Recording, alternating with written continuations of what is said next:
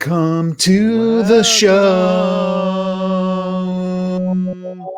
We did it. We did it, Rob. That was a great opening. That was a great opening. That was our best one. The best one we've ever done. And we should probably just cancel the rest of the show. Just stop the show immediately. I think, yeah. If you have a good opening like that, it's like, fuck it. I think you're right. I mean, look, I'm going to say this, Rob. We are doing something that Twitch has never thought possible. This is the night of too many Robs. We don't have just one Rob in the show. We don't have just two Robs in the show. We don't have three Robs in the show. We've upped it. 4 Robs, maximum Robs. Well, really, when you think about it, we know. I mean, I can think of other Robs. There's like Rob Corddry. Get him in. If anyone knows a Rob, a famous Rob, let us know, and we'll get them on the show just so we can break the Guinness Book of World Record for Rob on Twitch live streaming on Thursday. Shit, that's a great idea. What's the guy's name on Ridiculousness? Rob Drydeck. Rob Drydeck. Drydeck. Yeah, we should get him on. Yeah, Deerdeck. Yeah, we should get him on. There's probably other famous. Rob Lowe. We know him. Gotta get him on. Let's see. There's Rob Hubel. I don't know if you know him. Well, I guess that's all. I mean, because if we're back to me already, that's pretty much it. So. So big show tonight. Big show. People were hoping that maybe our secret Rob tonight was going to be a Rob from Third Eye Blind. That Rob. It's not that. Oh Rob. Yeah. No, he was mysteriously killed in a horse riding accident. I heard. Terrible. Yeah, like 2 minutes ago. That's the sad thing about it, and that the people are really not looking at the horse. But I think we should be looking at the horse. By the way, people in the chat are saying Robert Shaw, Rob Zombie, Rod is not a Rob. It's close. Rob Reiner. Yeah. This has become a really dumb bit. We got a lot of Robs on the show. Do you want to say who they are? We already said, right? Yeah, we'll bring up. We also have some non-Robs on the show. We have Cazzie David on the show tonight. Yep. Which is going to be great. We have we mentioned him before, but Robert Kirkman, who is the creator of The Walking Dead, and he has a brand new show called The Invincible coming out. I got a bone to pick with him, and maybe I'll just wait. It's just a small thing of like why wasn't I ever on Walking Dead? Look, I think tonight's the night that we can ask that question. I think you can get some very strong clarity to that answer. I mean, I think if you need to be on that show. Would you go on that show as a zombie? I would love to. I think there's a lot of people that have done that, right? Like sort of like secret zombies. I think so. Like did Judy Greer? No, Judy Greer was in Planet of the Apes. But I think there's people that have popped up in like as zombies. We'll have to ask him. That seems to me like a great idea, and then you're there for like 6 hours of makeup and you're like, why did I do that? Like, why am I doing this? You know what makes it hard, I think, are the contact lenses. Have you ever had to put in contact lenses for something? I wear contacts. I wear them all the time. What is that like? Oh, by the way, God. I'm going to tell you the saddest thing that just happened to me. I before the show, I just kind of ran to get ready for the show, and I was like, oh, I'm not wearing my contacts. And I was like, I should wear my contacts because I can't really see what's going on if I don't. And then I was like, but it's 5 o'clock. If I put my contacts in now, it's like I'm wasting money. I'm using my because I have disposable contacts, and I was like, I really like sat at my sink debating, like, is it okay to waste money? I mean, I'm only gonna be wearing these for like 4 hours, Mac. I really like debated the smallness of 1 day of daily contact lenses. I feel like you can probably afford to throw a few away. You know, I mean, I don't know. The 50, I don't know your situation. Yeah. Rob. The other thing that we didn't talk about yet, and you don't even know about this, but we have a new part of the show, which is this is going to be its grand introduction. Oh, no. Let's see. Here we go. No. Sound effects. Yes. There's some sound effects in the show now. I got to get. I think I know where those came from. Yeah. I think our friend Julian might have hooked you up with some sound effects. Well, I need to get actually a library of sound effects. He helped me figure out how to connect all of this sort of stuff, but I am gong. So tonight, maybe throughout. I don't know if we're gonna use a lot of these. These aren't the best one. Well, maybe we'll use that one. I mean, you could also get like, let's say this. Should we make a soundboard of like? Should we make a soundboard of like Schwarzenegger, or Well, we'll start doing prank calls. We'll call people up. I do need to like get the sound. Like, yeah, right now this is all like generic from the box things. Yeah, Like yeah, if we wanted to do like screams. yeah. Great. But I know I don't want to take you off track here because I also know that and thank you for doing the show. I know it was a little bit tough for you because you have a big day tomorrow. You have a big. Yeah, I'm just nervous. I'm nervous.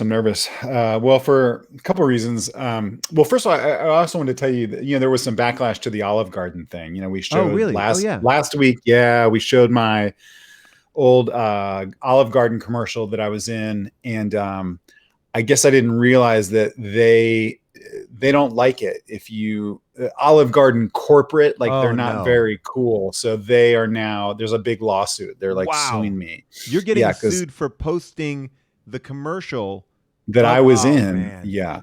So you're going to lose all that money that you made, all that sweet. It's not even about money. No, I have to start.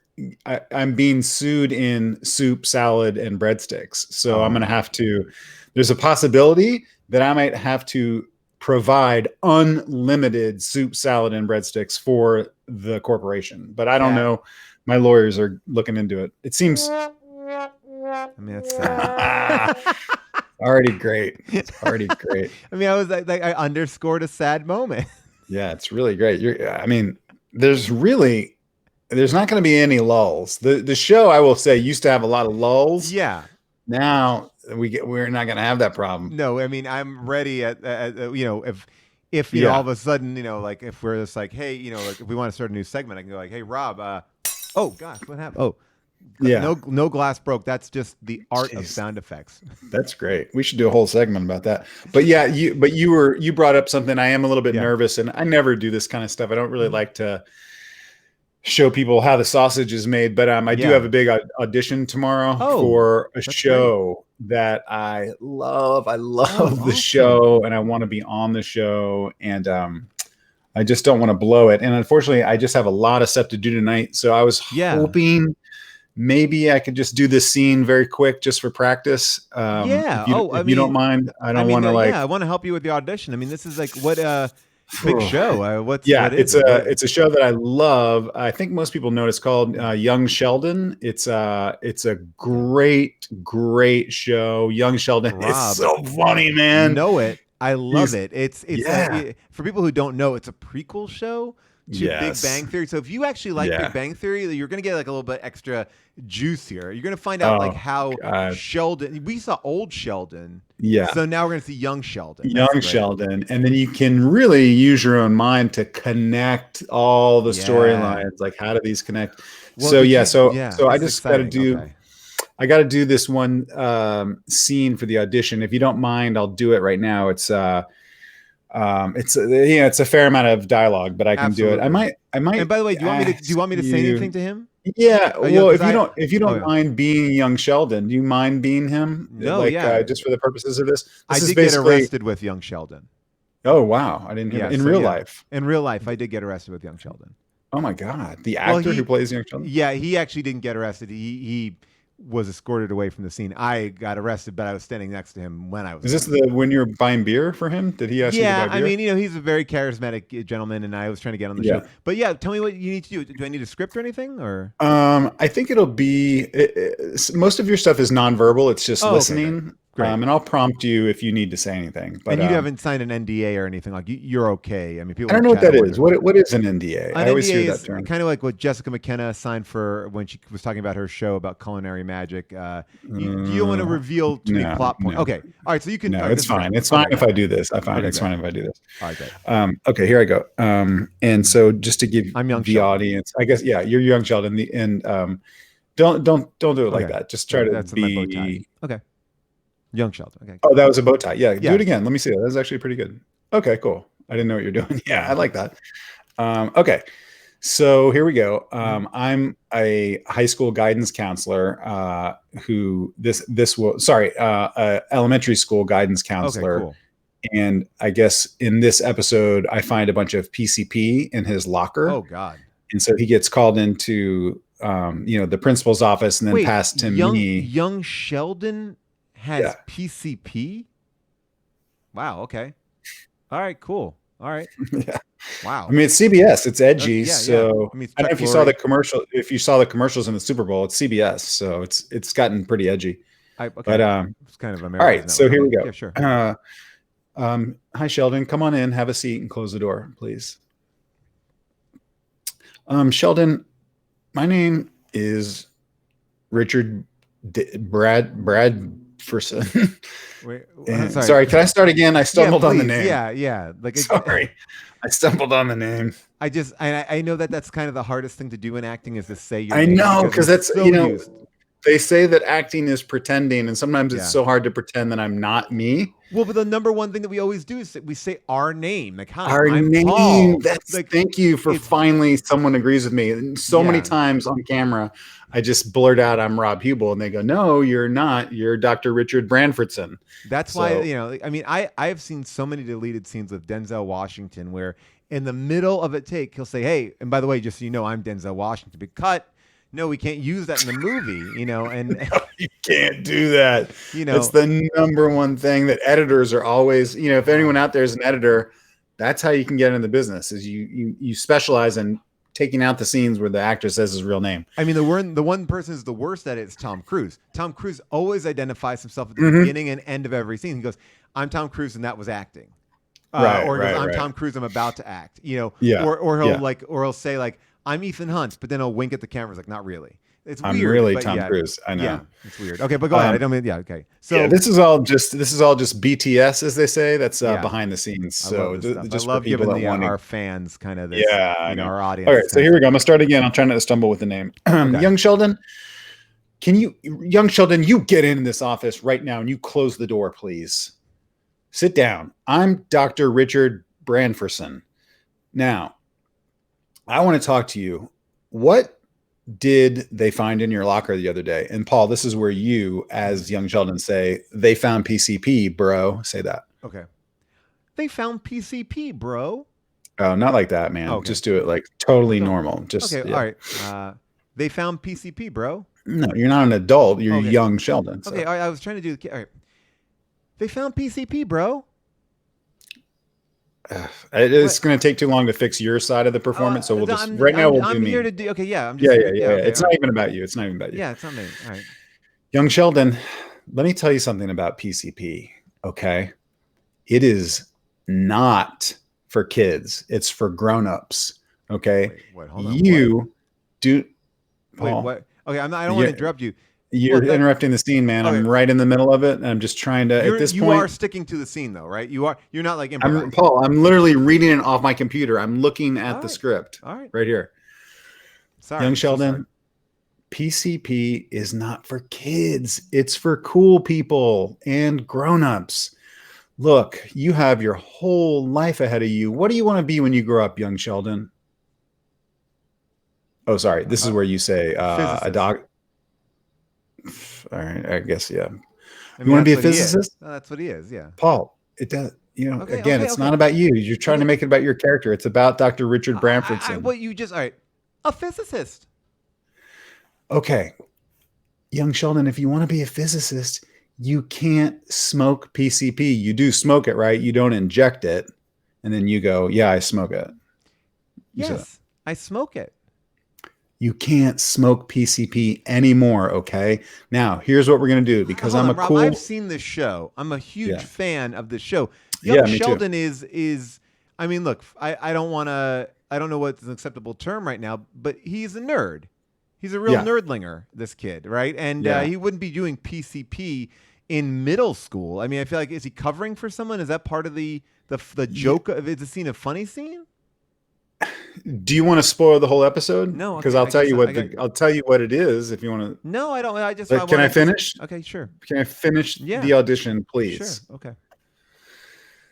Young Sheldon, look, like I told you, PCP is for cool people, for adults only, not for kids. Sure. Obviously, you want to be a physicist. You got to be smart. You got to stay away from this stuff. Now, look, give it to me.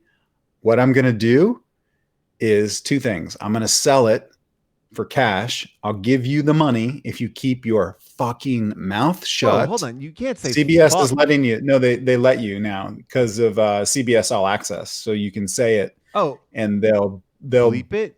Bleep it. They'll bleep it and bloop it on CBS, but they Oh, won't bleep it or bloop bloop it on CBS All Access.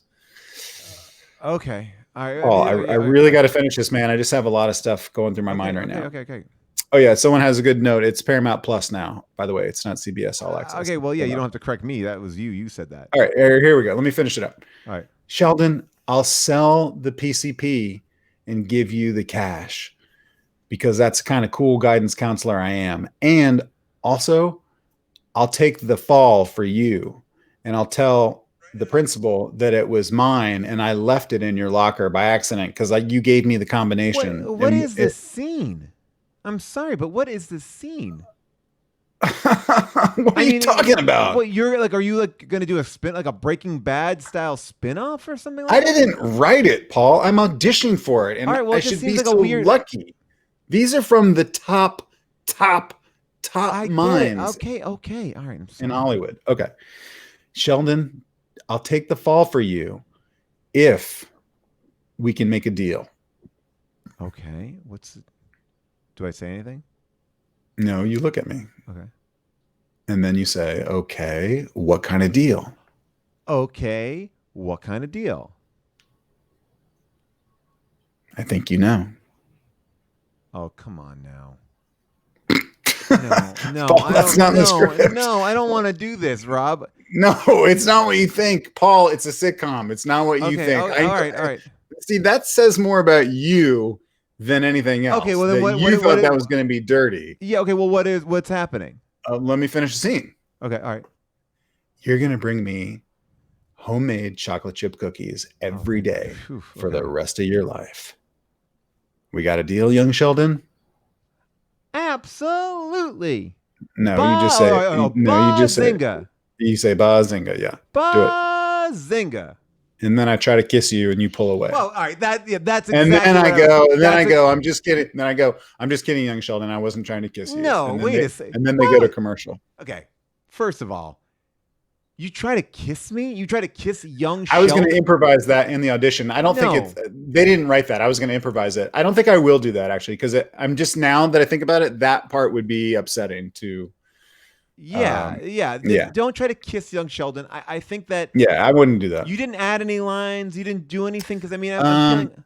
It's pretty much that. I think Aaron Sorkin writes this episode, so they warned me. They said don't change anything. Aaron Sorkin writes on the show now, so they said don't change it at all because he's really. I don't know if you know Aaron Sorkin, but he's kind of a hard ass about that sort of stuff. I do know Aaron Sorkin. He's our Shakespeare.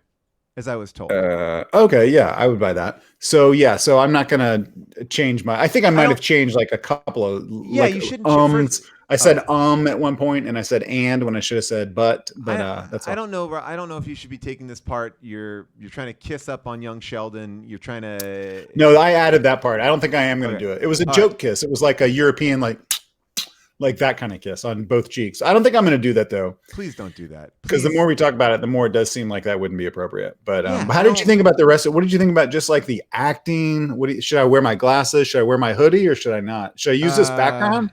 Should I change the background? Well, you're the cityscape. I mean, I do love cityscapes. I love nighttime cityscapes with forced perspective. Okay. Rob, I have a lot of notes. I have a lot. Okay. Honestly, I'm trying to be very honest. Like, first of all, and also, if we want to talk about it privately too, because if the notes sound too critical, it might be embarrassing for me to get these notes in front of everybody because I don't normally. You've subjected yourself. Everyone saw your audition live. Yeah. And like, and people are fans of you. They think you're having a good time with it. I just feel like, Should I throw it away more? Is it too... I just don't know who this person is, Rob. When I watch it, I don't know who this person is. I don't know who this teacher is who wants cookies. Dr. Richard Branford. I know that's his name, but who is he? Look, when I've been doing my classes, my online acting classes, which are very hard to get into. How is that going? 300 people a session. It's all on Zoom. Yeah. And I was doing Zoom before COVID. Like, I was always doing Zoom classes. Yeah, I could never get in touch with you. You were always on Zoom. I don't like to be in the same room as those people, So, who teaches your acting class? Me. Oh, you are leading it. Yeah, I do. I have a bunch. I have a school, my school for acting, and so we'll do. I'll do a class just on taste. What do you mean? Okay, well, perfect example. You're on set, and you have to you're forced to like pick up a cup and and drink from it or something like that. Yeah, So I'll do yeah. I'll do a whole thing where I'll let you experiment with different tastes, so you can be like, watch, I'll show you. Bitter. We're doing a scene. I'm like, oh yeah. So I don't know if I'm if we should go and do that tonight. That's bitter. Then if I really like something, it'll be like, oh my gosh, I'm so excited that Christmas is here. And so like that was a whole class of taste. Yeah. It seems confusing. No, I think, How does how does that help acting? Like you can't bring a bunch of snacks onto. I mean, I guess you could. But... I'm talking to working actors who are working with snacks. People don't know this, but 90% of the acting world right now, like a majority of the behind the scenes financing is through snacking. Yeah. So okay, whatever. I don't want to be judged on my. I don't want to be judged on my acting school. I could bring you in there. I could do a lot of stuff. First of all, like, where's your physicality? Someone had a good name. Yeah. Someone had a good name for what you should call your workshop: working snackers. Well, I would just call it snackting. Either way.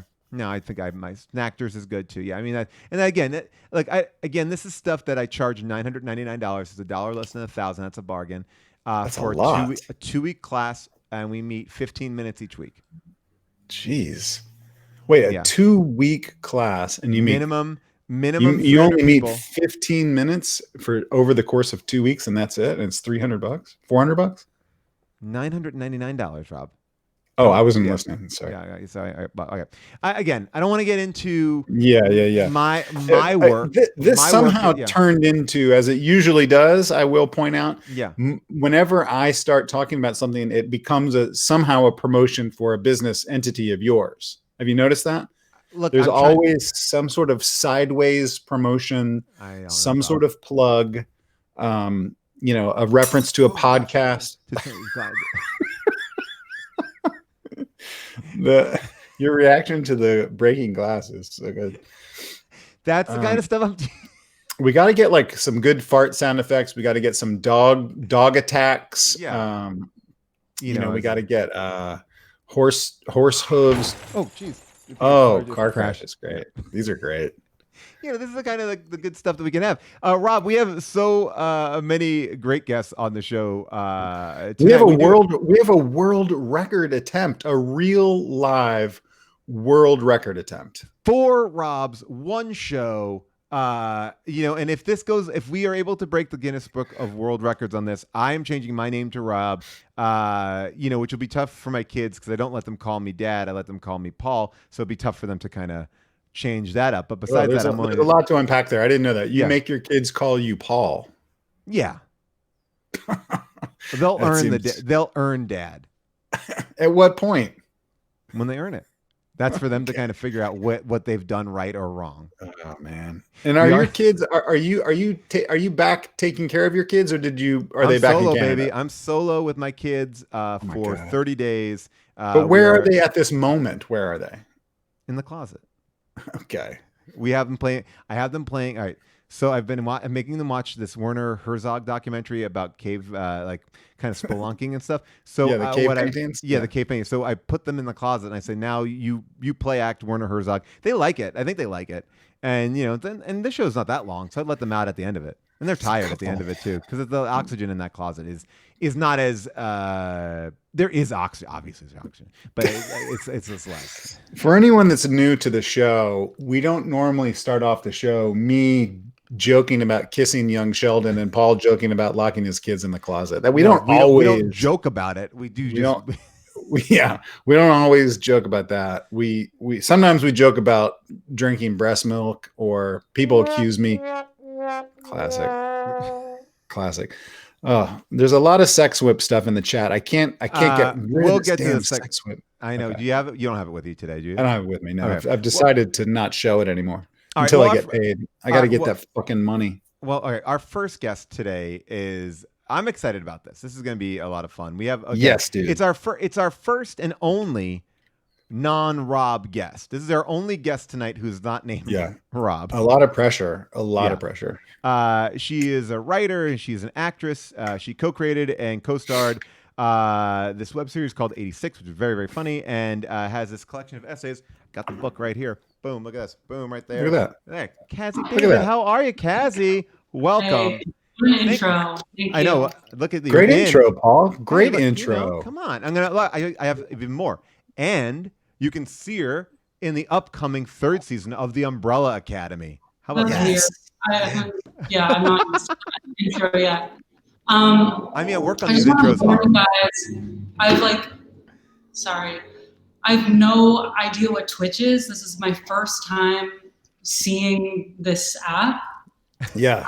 Could you give me like anything? Like, is it mean like Twitter? I obviously have the comments blocked already because it's already making me nervous. Is it mean?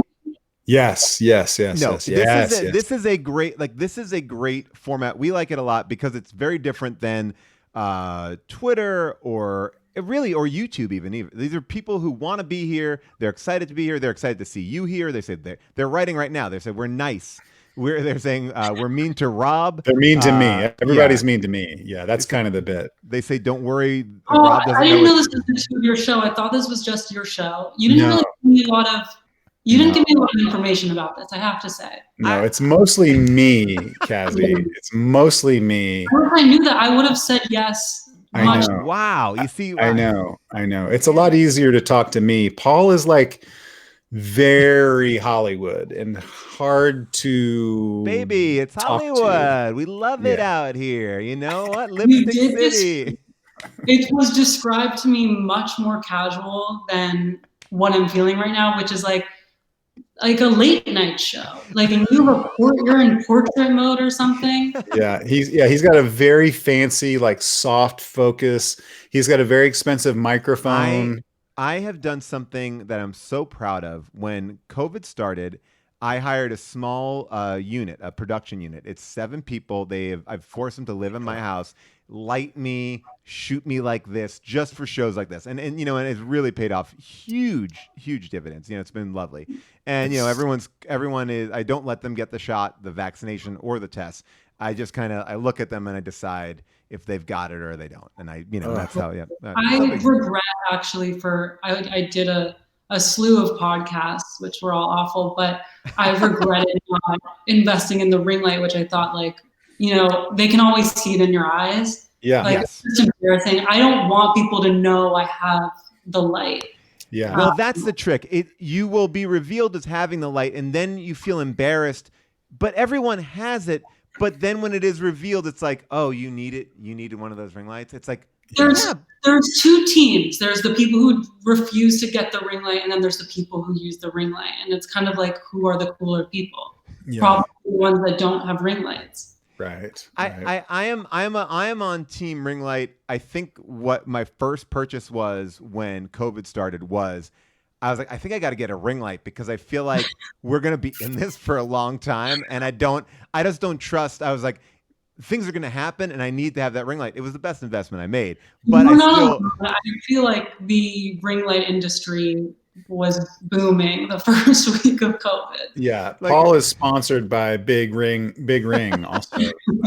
That industry he keeps that industry afloat. I have multiple ring lights. And basically, we are like, June has a whole setup downstairs, but she doesn't know how to plug it in. So I'm always trying to set up her ring lights, and she does not like the way I set them up. But I've now watched tutorials on it, and I'm like, I guess I'm getting good at. I mean, I don't think I'm getting great at lighting, but I'm getting. You were asking me, Paul, before the show. We were talking about weird ads on Instagram that keep popping up. And that is something that pops up on my Instagram all the time, is like dumb, cheap ring lights and stuff like that. So I Googled that at some point, or else it wouldn't be popping up. My stuff is productivity notebooks. It's like, and I've got this one that comes and follows me so much. It's like the men's journal. It's like the men's productivity. It's like as if as you can assign a sex to being productive. Like it was like, this is for men, and it's like all these these men on rocks. In the, it looks like they're exploring the space, and they're like, this journal saved my life. And it's like, when my mother died, I wrote in this journal every day. I'm like, wow, all right. Like, it's just a bunch of guys talking about when their mother died.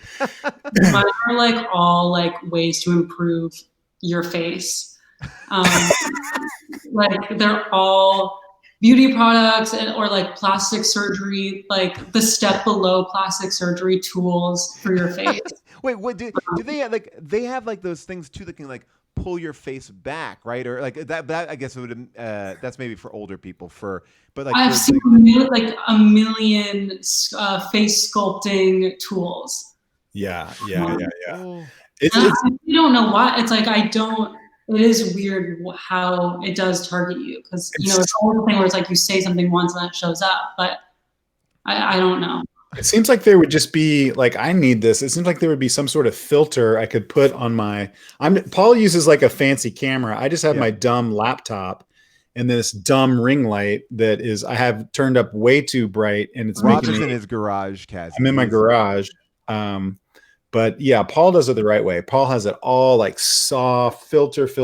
He smears Vaseline over his camera lens and just to get that sweet look. I mean, but you also, Cazzie, like we were talking about this like before the show, like I read, like, I'm going to pull up your book. I'm going to make it like a talk show. Is this a comedy show? Like, I'm not fun. Like, this is not funny. It's not really. It's not really. We'll every now and then we'll do something that a couple people think is funny, but it's usually just like us dicking around. I've interrupted Paul 20 times already. What were you saying? Please, no, don't worry. I want to. Well, let's talk about your game first of all, because this is actually something that I really like, which is or did you create this, or how do you involved with Vapid Fire? Because I don't want to mislabel you. Okay, so it's a game I created. Okay. And my younger cousin is a coder, or like he knows how to code, because like all young people know how to code now, I guess. Yeah. My son knows how to code. Like he literally has a game on, like he's 5 years old and he has a game on his Kindle. It's like Coder the robot, and he's like doing things that I'm like, this is better than any game I ever played. I was playing NBA Jam when I was a kid, and he's like coding shit at 5. We can make apps from scratch. A lot of math. I don't know how they do it. Anyway, I thought of the game and I really wanted to make it, but getting someone to develop an app is like $10,000. Yeah. Which I found out. That seems ridiculously expensive. Yeah. It is. So I asked my cousin like if he wanted to develop this app, and he could like get a share in it, even though it's not going to make any money whatsoever. And that's not. But I wanted it to exist because I think it's fun. It's actually super fun, because it's like it's basically like I mean, it's like internet pop culture categories, right? And it's like I have pulled up a couple things here. We can throw one up on the screen, but like this is let me see here. Let's see if I can do this the right way. Yeah, boom. Yeah, so like you'll get like a prompt like this, and then like you and your friends will sit around and you have to like have 1 minute to come up with like the best unoriginal slutty Halloween costumes, which that's not our best card. All right. Here, I'll show. All right, wow. All right, how about you got fucking zinged, Paul? Let me see. Hold on. I'm gonna go out. Here. How about this? Is this a good one? That's a good one. Great. I like this one. This is a good one. I feel like this is like Carrot Top. I feel like people have a lot of hate towards Carrot Top for no reason. This is like, I would say Anne Hathaway's the best answer for this. Oh yeah. Because it's like for no reason that you can really. Yeah. Gwyneth Paltrow. Gwyneth Paltrow, people do have reasons though. Yeah, right. I think you're right. Like, who's somebody else who's like a non-reason person? It's hard. Everyone I keep thinking of, I'm like, well, Mel Gibson. No, people should hate Mel Gibson. I have one. It's Ben Affleck. Oh yeah. I don't know. There might be some reasons. What? He had a moment where everyone hated him, and then beginning of quarantine, all those smoking pics, people started to really relate to him again, and I think he's on top again. Tom Brady, someone in the chat said Tom Brady. I fucking hate Tom Brady. That's for real reasons, not because he's fucking whatever. All right, let's see if there. How about this one? This is a great one. Apps on your phone that you never use, or where does this rate, Cazzie? Does this feel like this is a worthy one to show? Best, but I'd say these could be like obsolete features. Cassie's commentary on Scheer's interview is my favorite thing so far. Oh, that's not my favorite question, Paul. We're actually rating my I'll own go here. I'll go there. This is the one that I thought was a great first one. names of guys. Yeah, let's do this one. All right. This one's also not the. No, I like this one. This one. You just do any name that starts with J. Cazzie, you are sucking the fun out of your game. I love it. Wait, can I choose a card for us to do? Yeah, sure. I don't know if we have a. Do we have a graphic? Well, I don't know if we will match it, but give it. You show it. Yeah, I do want to double back to guys you can't trust because I want to swing at that one. Okay. Oh, okay. Oh, great. That's a great one. All right, that's a great one. Now, this is really what the game's about. Yeah. I'm sorry that I thought this would be one that everyone would jump on, the first names of guys you can't trust. You guys are choosing more like safe ones for you guys. You know what I mean?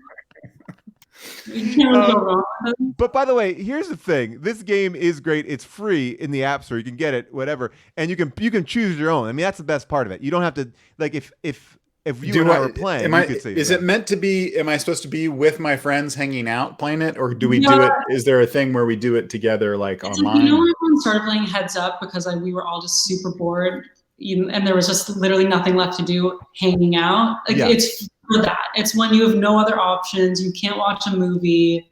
You want to play a game. It's easy. It's there. There's like 100 cards in the deck. Yeah. But I will say, just for anyone who is planning on getting the game, remember that it was coded by like my 18-year-old cousin, so it's not like but it's fun. It's fun. I will say that I went away with my dad to Japan, and oddly, my dad and I won a free trip to Japan. It was a great experience, but we were together for a long time, and I love my dad, but we were sleeping. Wait, where is this story going? This story already feels ominous. No, like we were together for a very long time. Like we were sleeping in the same room. We were, eating every meal. Like there was no break. It was just me and my dad in Japan. And it got to the point where we were looking for things like this because we've run out of things to talk about. We're eating lunch, breakfast, and dinner together. That I remember there was like a time in Japan where my dad and I were just playing Heads Up. And I was just like, I'm just standing with my dad like outside, and it was like, just like that moment. I will always think of that moment of my dad and I just standing over for we were on some sort of line for 30 minutes. It's like playing Heads Up, and like we're two old men just sitting around playing this stupid. Two people Heads Up is pretty dark, yeah. So what I'm saying is this is a lot better than that. My dad would have a lot of good first names of guys you can't trust. Yeah, Cazzie, give me some names of guys that you just don't trust because of their names. Benji feels like a Benji is a great one. So sleazy, yeah. That's a club promoter, for sure. Yeah, Blaze. I would say any guy with a name that starts with J is usually pretty. Yeah. I would also initials. I don't trust, like DJ, RJ. I don't. J last name is not good. I hope the people who say last name for the comments are like shredding me right now. He's a bad letter, I guess. Maybe Braden. Someone in the chat said Braden. Yeah, Braden, Brandon, Braxton. Fuck all those bad. Josh. We're just name every guy's name. Yeah. Like I also think making your name the young version, like Scotty, Tommy, Robbie, like Johnny. I don't like that. Yeah, I don't. Those are guys that carry knives and like smoke. Freddie's kind of hot though. Do you know what I mean? Freddie works, maybe. But Freddie has doesn't work. Freddie has a better base to it, but I feel like a Joshy or like a Scotty, like after I feel like there needs to be someone to tell you like, hey, by the way, drop the Y. Just drop the Y. Yeah. Like no one tells you that because they're too uncomfortable. Like people are like, oh, I wish someone would tell me I had something in my teeth. Like I need somebody to tell me like to drop the Y. Your name sucks. Yeah. Yeah, drop the Y. TikTok that was like basically all of the stuff is bullshit, but it said all funny girls have an E, like at the end of their names, like Blanky. Okay. Obviously, I'm not talking about myself, duh. Right. But this is a thing. Like if you're funny, you probably have an E at the end of your name. This doesn't apply to guys for right that's now. That's more of a yeah. Okay. Right. But that's a good thing, right? Or no? To what? I mean, is that like? I mean, would you wear that with pride? Like, oh, I have an E at the end of my name, so that like. Yeah, I mean, I think it kind of diminishes the genetics of being funny. You know, like yeah, like it's not. Yeah. Can I, Paul? You were holding up her book before. Did you?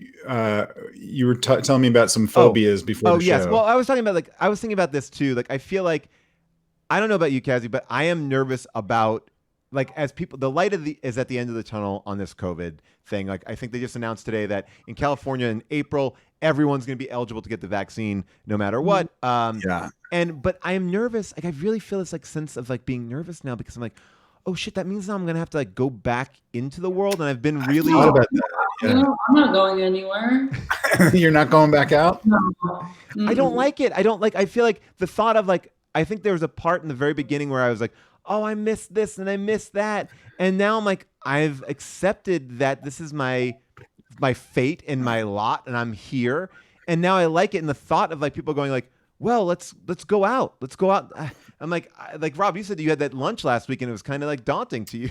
Yeah. I had, well, that's also just a social skills. Like all my social skills have gone out the window. Like, I mean, this talking to you guys is hard. Like trying to think of like, this is really hard. Yeah. And it's like, so I had lunch with two friends last week and I was like lost. I couldn't do it. I couldn't keep up with what was happening. So that's one thing. But the other thing that I worry about is, what I loved about the pandemic more than anything is that all of my favorite thing about the pandemic was that all of that FOMO, like the missing out shit went away. Like I didn't have to worry about, and I'm thinking more about like work shit. Like, but you know how you compare yourself to everybody all the time. You're like, what's Paul doing? What's Manzukis doing? What's, Cazzie doing? Blah, blah, blah. All of that went away because no one was doing anything. Now I have to like start to stress again about like, am I being good enough? Like, I don't want my friends going out, making new friends. Like, I don't want like guys I know meeting new girls. Like, I like you were stuck with just the people in your phone book. Yeah. You weren't allowed to talk to anyone else because you didn't know them. Yeah. And we're going to be going to restaurants. Like, it's not good. People are going to meet a lot of new people. I get anxiety, and it's going to be worse because people are going to want to meet new people. Before the pandemic, there was a thing like, well, I'll stay in my friend group. But now it's like, I'm so excited to be out. What movie are you seeing? Oh, I'm seeing this. Who are you? Where do you live? Let's go get a drink. They're meeting new people. Like, I was a last resort, Yeah. There's something beautiful about people being stuck with you, and now they're not stuck with you anymore. It really is. Like, I feel like it's a hard thing for me to get over. So I feel like I've been having these phobias. Besides the fact that I've also just embraced leisure wear to a degree that I don't even think I understand how to put together clothing anymore. I'm just like, really just like I've found a pair of sweatpants that I love that don't look like sweatpants that I can feel like not super embarrassed to be seen in. And I'm all into my leisure life. I'm really the annoying person that's like I'm that person that's like, no, I've always been doing this. I've never left my house, never not worn sweatpants. You see, I think that you've figured it out though. Like, I feel like that's going to be good. I mean, so you're going to have we have to come to you for the transition because you're going to be like, you're going to stay in COVID. You're staying in COVID. I think we can all promise, like, maybe like we'll be like a new friend group and like we can make people, like if we stay friends and don't meet anyone outside, we don't get jealous of each other because we're not going out, the three of us. Keep this bubble. Let's keep this bubble tight. Yeah. Why don't the three of us drink poison right now? We could do it right now. I'm down. I don't I don't want to overly keep you, Cazzie, but I want to, if you have a second to play this game, you can say no, but we have a quick game about phobias if you want to try it. We'd love to play the phobia All right. game. All right, so this is talking about these phobias. We looked up some phobias to see if we have them or if you know what they mean, because I feel like you are versed in phobias to a certain degree. Mm-hmm. Right. I don't know the scientific name, so that's why this will be fun. But yeah, I have a lot. I think I do too. And this one, just out of the gate, this is gamma phobia. Mm-hmm. And I don't have the answers in front of me. Molly, our producer Molly, she has the answers, so she'll reveal them in a second. But can you guys turn off your comments because I don't want you stealing the comment from. Yeah, I'm not looking at the comments. Okay. I'm gonna I'll go turn there. off the comments. That's a good idea. But I think I do. Oh yeah, that's my first guess. What was it? What was it? Fear of games. That's what I thought too, but maybe it's too simple. I think it's probably fear of gamma rays, like harmful rays from the sun or something. That's good. Are we finding out the answers as we go? We're gonna find out the answer right here. We're gonna find out. I'm gonna say it. Oh, fear of marriage. Wait, is that really what it is, or is that a guess? That's really what it is. Fear of marriage. Where does gamma come from? Is that Latin or? I imagine that it must be gamma phobia, fear of marriage. That's a very specific fear that I feel like you can avoid. Like you won't be drafted into, like you can't, like it's not like, oh my gosh, I can't go there, I'm gonna get married. So I feel like that is, all right. So, all right. That happened to me, Paul. I got tricked into marriage. I know, but that was a fun prank, and you like it. You like being married now, don't you? I just wish I don't know how to legally. I don't know how to get out of this marriage, but you just enjoy it. All right, this one is I don't even know. Samhainophobia. Wow. The fear of the Samhainos. Yeah. Well, Samhaino, we all don't like Samhaino, so that is Samhain. I feel like this is something like, gosh, this isn't even. At this point, you can just guess because they obviously have no relation to the words. Like reptiles. Just bats. Yeah. Reptiles or pets. All right. Rob, you have anything? No, I don't have anything on this one. All right. What do we got, Molly? Fear of Halloween. Now that must be something scary because why don't we just say fear of Halloween? I fear Halloween. Yeah, and I feel like this is also like if we're going from the like the Latin, it's really far away from Halloween. All right. I think I have a touch of Samhainophobia. I don't like to go out on Halloween. Is it? Yeah, I don't know that I'm not afraid of Halloween. I don't love crowds of drunk assholes, if that's what we're talking about. Like, or dumb, bros like bumping into me dressed as characters from Reno 911, something like that. I think I more don't like people who love Halloween. Like that, there's something wrong with those people. Oh, see, I love Halloween, but I hear you. I hear you on that. I'm one of the good ones that love Halloween, but there's a lot of. But you like Halloween, like I like Halloween, which is like you like haunted houses and scary. Yeah, I like being scared. Yeah, I like when things jump out and grab me. Honestly, like I don't do that. What's a worst hang? Is a worst hang a bunch of people really want to get fucked up on Halloween, or a bunch of people really want to get fucked up on New Year's? So New Year's, that set the scene. They're all in sparkly dresses. Yeah. Yeah. It's the same thing. You're getting dressed up in a way that you wouldn't normally get dressed up. To make out with someone at the same time. Yeah, I feel like that's worse.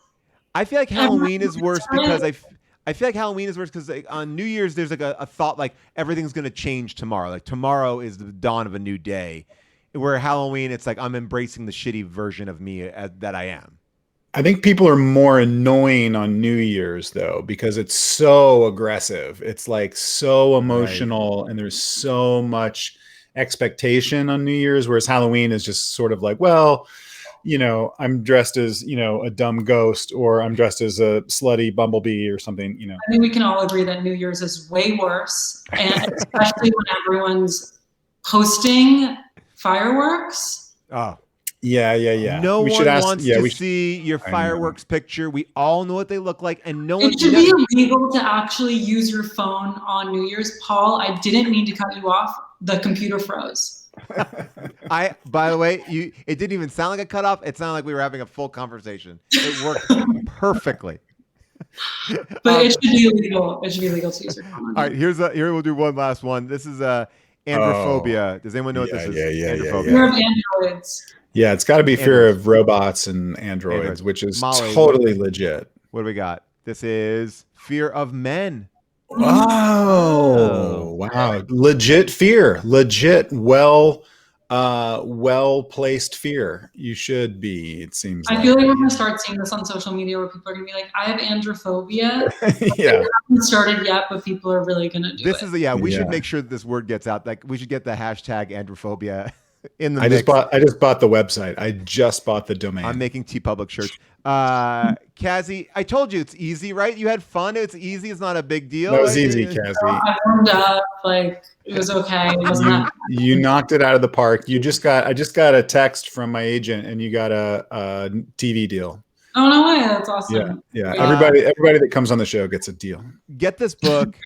Get Vapid Fire, which is free. It's free. So you can't even complain about it being manufactured by an 18-year-old coder. It's free. It's fun. And, but this book, by the way, I wrote you when I was reading it. It's so good. It's so funny. And talking about like just also the FOMO of it. That one essay that you have about going to a club and like getting to a club, trying to get past the person on the list, and that it made me feel in a way like there are things in this book that like touch me on a level where I felt I was right there with you, and just it's awesome. Paul, you could not get in a fucking club, Paul. There's no way. No more. I've done it in the past, not anymore. And but if I'm not in my sweats. Cazzie, it was awesome. That was the last club I'll ever go to, because the bubble. So this is our bubble. We are in our bubble. This is our club. Bubble. We did our it. Bubble. Yeah. Don't drink poison. Do not drink poison. I was joking for the three of us. Don't drink poison. Who's coming on next? Who's replacing me? We got Rob Riggle. Yeah, and we have Robert Kirkman, who created The Walking Dead, and we got a speed eater. We have a guy that's a speed eater who's going for the world record in speed eating. Oh my God, I don't want to be here for that. Oh, you got to watch it. Yeah. All right. I'm so psyched to meet you. Bye, Cazzie. Bye-bye. Bye, you guys. All right, bye-bye. There it is. Oh, man. We got a big show. We have a bunch of people coming up, but we also, Rob, by the way, she was so nervous to do it, but she's great. She's hilarious. Yeah, I feel bad that people get nervous. I get nervous doing other people's shows also. Like if I have to do someone's podcast or someone else's Twitch or something, like I get a little bit nervous too, because you don't know what you're walking into. Never. The truth of the matter is like you can't fuck it up. Like we're having fun. It's a very relaxed show, but in the relaxed comedy of it, we also always like to talk about real issues. And I know that you were actually talking. Yeah. Well, we've been talking a lot about spring break. It's spring break right now for a lot of people. And as everyone has seen in the news, so many people, college kids, went down to Miami and they just like took over Miami. And to the point where I think the city got shut down and the cops had to like send kids home and stuff like that. So I'm trying to do a little bit with this show, trying to get more news items on the show. Paul keeps pushing back and saying like, it's not a news show. Yeah, it's not a news show. It's a comedy show. Sure, yeah. But I think that we can also have some serious stuff also. So anyway, I wanted to just do a couple minutes interviewing this concerned resident in Miami, Dwayne Berdue. Dwayne is down in Miami and he's very concerned about all the spring breakers. And there he is. What's up, Dwayne? How you doing, man? What's up with you, man? Oh, hey, how are you? Okay. I'm all right, man. I'm doing great. It's Dwayne the Belly Berdue. Okay. The Belly. Okay, yeah. Sorry, Scheer, when I was doing research, I was trying to find someone that was down there. Dwayne said he was a concerned citizen, very concerned about what's going on. Yeah, man. I tell you what, I'm getting tired of the cops chasing all these spring breakers away. We got a good thing going on, Wait, what do you? Sorry. You want the spring breakers? What? Yeah, man. I mean, it's spring break. What? That's what they call it, a belly. I've been doing belly flops, like a belly flop champion down here for like 12 years in a row now. So I kind of, I'm just tired of people being hassled, and I'm tired of, like these people are coming down here and they want to get their party on, man. Let's get fucking sick. Dwayne, put your hat on straight or put it on backwards. Don't do it. Never. Dwayne. That's my thing. That's my jam. Don't put it to the side. Now Girls look, like that. Girls dig it. I'm sorry. Just to clarify, I thought you were like a concerned resident of Miami that was upset that had been overrun. You completely catfished me, man. You catfished me. No, I'm not. That's not my thing, man. I'm not a fisherman. I like ripping it up. I like bong blast. I like beer bongs. Okay, yeah. I like we do wet t-shirt contests. I mean, that's not a big thing anymore, but it used to be the jam back in the day. That was the thing. But DJ, I gotta say, man, Dwayne, you seem a little old to be still in the mix for spring break. State of mind. Yeah, Rob, let's hear him out. This is the belly, man. I mean, like, I have heard of the belly. This guy loves to party, Rob, and I feel like, we got to hear him out. First of all, Dwayne, I remember I was down in Daytona one time, and you did that thing where dudes, I guess you were trying to take it back. You said you wanted to, you didn't want to make it. I think you got called out for being a little sexist. So you put a bunch of dudes' asses on motorcycles, and you shook dudes' asses out there. So it was like, who had the best jiggle in the butt? Like that was you, right? You did the ass. That was twerking before there was even twerking, and nobody had ever used a motorcycle for twerking. Yeah, So that was I consider myself a trailblazer in a lot of ways. And thank you for bringing that up, because I totally forgotten about it. Yeah, man, you're a legend. Yeah, you're a legend. And you have like a couple. Like I know you have like a bunch of great songs when you DJ. I know it is a lot of House of Pain, right? Or where it's like jump around, right? Yeah. CNC Music Factory, Gonna Make You Sweat. Yes. Yeah. Those are my jams. I do that stuff all day, man. I can do it. You name it. I throw down the beats. People have a good time. We get loose. It's all about having fun. Where are you DJing? Like, aren't the clubs closed? No. Some of them are. I'm standing outside this one club right now. They won't let me in. It's a whole thing I don't want to get into. But it's the COVID thing, there's right? a lot of places I can't go into. But whoever has me, dude, whoever wants me, if they want to have fun, if they want the belly, they get the full sauce. They get a full treatment. That's how I do it. Let's talk about the belly flop thing. So how long has that been going on? And like, how did you get the nickname the belly? Oh God, 12 years. 12 years. I've been belly flopping. I did it the first year I did it because I was hammered. Like I didn't even know what I was doing. I think people said you fell off the roof, right? I mean, that was fell off. Yeah. That's it. That's it. That's what it was. And then, people just said, "You going back this year, belly?" And I was like, I don't know, maybe. And then every year I do it, and every year I keep winning, so I just keep going. It's kind of a legend down here. No big deal, but I am. And people always come up to me and slapping my belly. It kind of, it bugs me a little bit, but at the same time, it's a compliment, so I dig it. Yeah. So you've been going to spring break since you were in college, and you just every year you keep going back? No. I've been going to spring break. Yeah, yes. Sorry, I'm a little high. Yes, I've been going to spring break every year since I was in college. Yes, that's a true statement. But I really started hitting it about the time I turned 38. Okay, yeah, that is a little older than normal. That's when I turned it up. And was like, you know what? It's time to get serious about this. Enough with the, foolishness. Are you one of those guys that has like the funny T-shirts that say like, female body inspector or? I should be so lucky. I've seen those. I don't own one, but I've seen them. You have to be that lucky. Yeah, you can buy one. Mainly Spuds McKenzie. I got a lot of Spuds McKenzie. Let me talk about. Okay. Let me talk seems about. Like this. It seems a little dated. It seems a little dated. It's old. I ain't lying. That shirt's old. It's got pit stains. I can't get them out. Well, I did. I want to. I don't want to talk about politics at all. But I know that you were you got in trouble because you were selling a mask that had no front. So it basically would go Right? around so it had a mouth hole. So you said because you couldn't smoke or drink with the mask. And so you basically made a mask that would allow you to smoke and drink. And it was basically a cutout from about right there. Yeah. That was doing, it wasn't really doing the job of what the mask is supposed to do. Yeah. I made all kinds of masks, dude.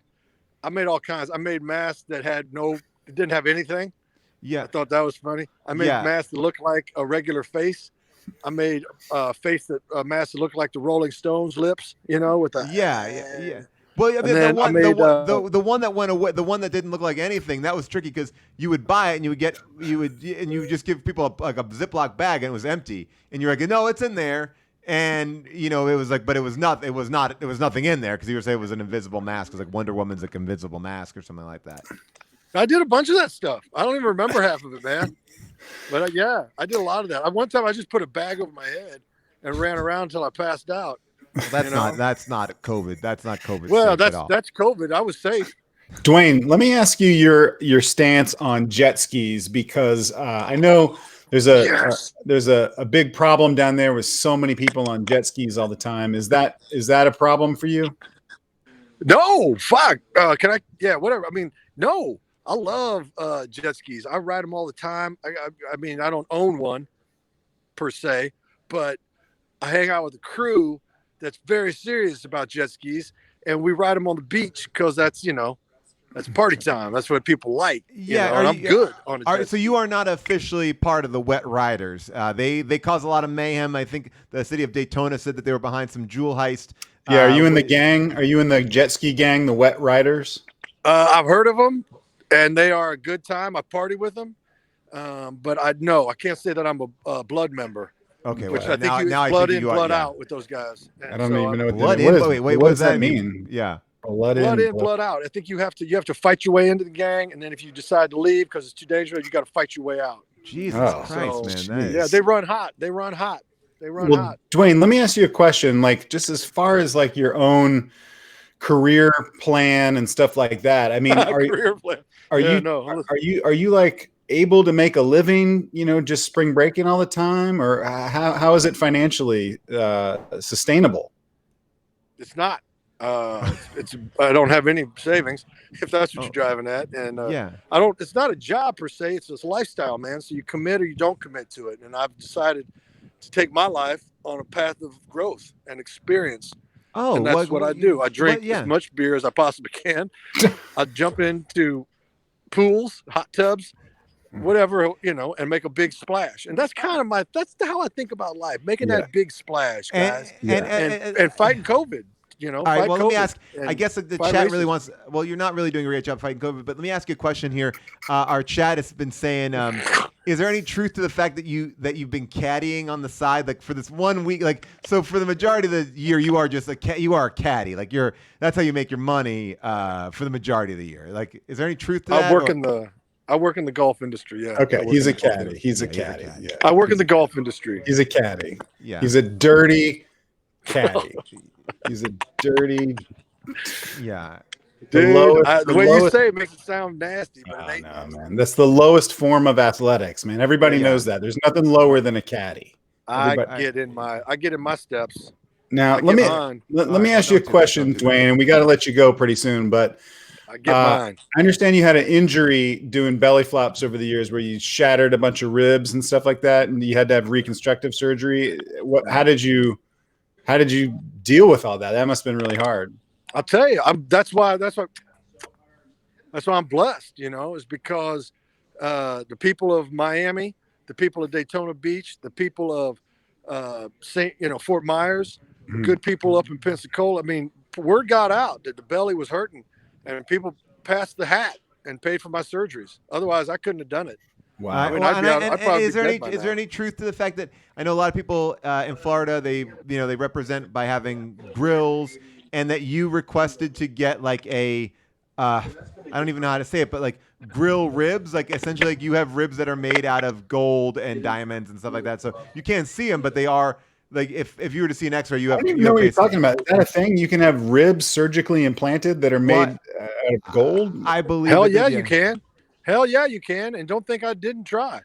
You know, I mean, I tried to get the gold-plated rib cage with the diamond studs. I even tried to have them write something on the outside.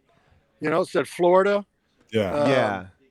Or, you know, it actually just said like FLA. That's all I could afford. It's the abbreviation for Florida. Right, yeah. I mean, a lot of your tattoos are 1/4 done. I mean, that's the one thing that we all know about you. I mean, I'm not ashamed of that. You know, I think it's cool and it saves money. So yeah, it's two ways I'm smart. It's so you say, so hold on. So you save money while you're being tattooed by having them just do the abbreviations?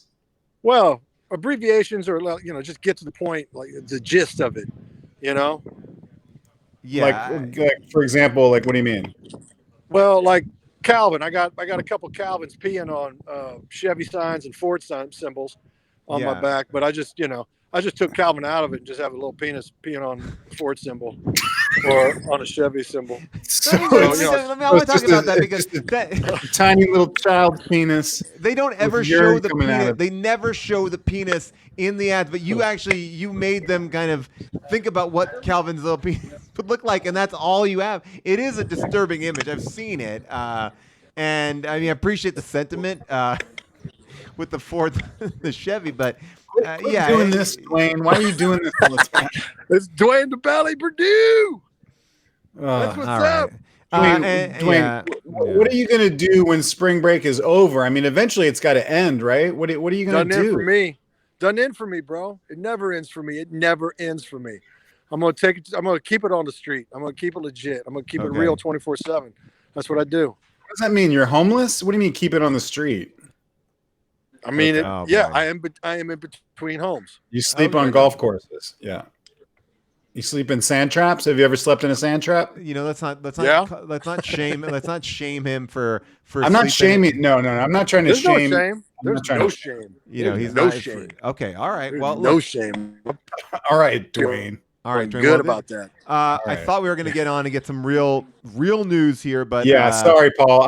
This is my fault. I tried to have an actual news interview and I screwed it up. So yeah, well, Dwayne, it's been great, and we'd love to have you back on the show if you want to DJ or do anything else in the future. Yes. You know, Yes, I do. I want to DJ. I want to I do belly flops. You know that. Yeah. Also, if you guys want to just party, man, let's just get ridiculous. Dude, right? I'm gonna give you a call. I'm gonna give you a call if your number doesn't change. I got your WhatsApp. But also, just real quick, chat wants to know, what's your blood alcohol at right now? Yeah, what's your blood alcohol? Best guess, 1 point something maybe. That's great. I love best that. Guess. That's good. Best guess. I know you always are trying to keep it at 1.69 just because you like the 69, but again, 1.69. He loves it. Oh, that's even better.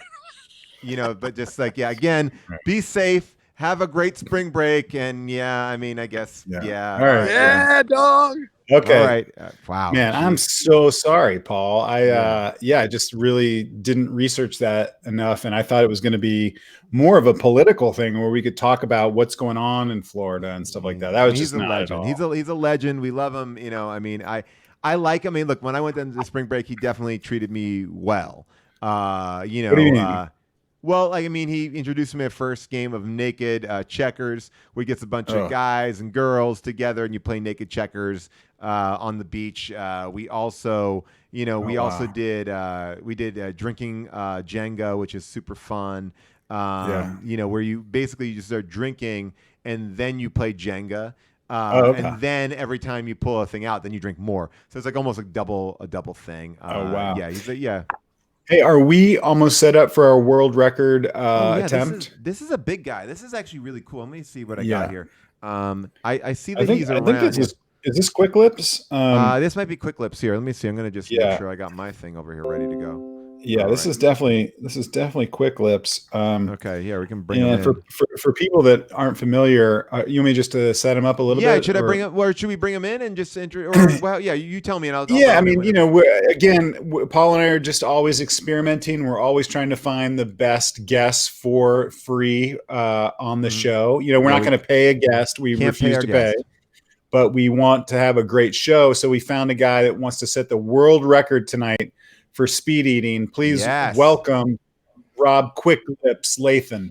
Yeah, man. Yeah. Hey, how are y'all doing? We are doing great, Quick Lips, man. How are you? We're doing great. Yeah. Really excited to be here. I've been training all year, all quarantine for this. So super excited to be here. I'm ready to go. Okay, now, can we see? I can't quite see Quick Lips how much food there is, or do you want to just you want to walk us through it, or should we wait? It doesn't matter to me if we wait. We can also wait. No. Let's get into it. So yeah. First, I just want to make sure you can see everything. I got my camera crew here in my basement. Yeah. Is everything in frame? Camera crew, gather around. Okay, they're good. Got the light guy, got the audio guy. And I'm just going to make sure that we do have the Guinness people here too. In the yeah, okay, they're here. The Guinness people are here. This is great. Yeah, this is exciting. Okay, so cool. It's all legal. Awesome. Okay, so, let's just get into it. Folks, ladies and gentlemen, people, in 1 minute, I will every single thing you see. Whoa, this is amazing. Whoa. For people who cannot hear, because there's been a little bit of sound just coming in and There's out. There's an echo. Right? We'll just say that in 1 minute, Quick Lips is going to eat everything on that table. Rob, you have been working on this for quite some time. That's a giant table. I mean, this is beyond like a Nathan's hot dog eating contest. Walk us through the food. Yeah, what do we got? I can see a watermelon. I can see several bags of food. Yeah, there's a bag of popcorn. Capri Sun, little Capri Sun. Yeah. You're gonna drink all of those in a minute? Yeah, which this by itself would be a record. Yeah, wow. Just have this in a minute. This is gonna be awesome. There's Ovaltine. We got watermelon. We got ramen noodles. That would be a record right there. We got Pringles. That would be 18 bags of Pringles in 1 minute would be a record by itself. No way. Yeah, oh yeah. Lucky Charm bars. Oh wow. Wow. Tasty. We got Chunky Soup. There's a banana that hasn't even been peeled yet. Exactly. I mean, the time it's going to take you to unpeel the bananas is going to. I'm gonna eat the peel too. Oh my God! Everything gets consumed. So all of this gets consumed, every bit, for the world record. And you've been practicing. How long have you been practicing for this? Well, my whole life, basically, but more specifically since quarantine started. Okay. Wow. That's smart. I devoted my life to being a competitive speed eater.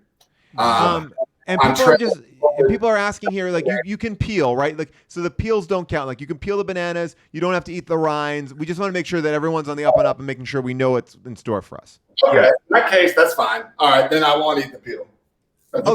You were going to. He was going to eat the peel. Yeah. Wow. But Okay. if the Guinness people are okay with it, I won't. No, they're saying that you can. It really is at this point. If you were to even do 1/4 of the table, it would be a record, but there's so much stuff, because this is it's only in 60 seconds. It's 1 minute, right? 60 seconds, everything. I'm going to go for everything. If I get a quarter or 50%, all the better. I'll take it, I guess, but I want to go for everything. So you're trying to get a personal record too, right? Exactly. Wow. Okay. Let me just make sure, because you have a sound cue. I want to make sure the sound cue is going to work. Just make sure in the chat, can everyone hear this? I just want to make sure. We're going to look at how Kawhi Leonard killed his former team. Can we hear this? Can anyone hear like Kawhi Leonard or anything? I heard. Anyone hear? Let me see. Anyone hear? Yeah, I can hear that. Okay, great. All right, everyone can hear it. So that's a bit of an echo. That might just be. That was a special thing. I'm gonna now jack this up and do it the right way. Okay, yeah. So Quick Lips, do you need to stretch your mouth out or anything? Yeah, a little bit. Look at that. Wow, look at him go. It's awesome. Really He's ready, cool. man. He's okay, ready. Ready. Okay, so you have requested. I'm gonna keep time nervous. here. All right, hold on 1 second. I'm gonna do my stopwatch. You have 1 minute. I was trying to get a stopwatch app on this. My good friend Matt over at Streamlabs tried to help me. All right, but I got my stopwatch ready. Or you want to do it, Rob? On my phone. Right, I can do it on my phone. All right, great. Okay, here we go, everybody. This is kind of crazy. All right, we have a minute long. Are you gonna say go, Paul? You say go. If you're keeping time, Okay. I will start the music whenever. Here we go. Okay. Quick Lips. We're gonna go in 3, 2, 1, go.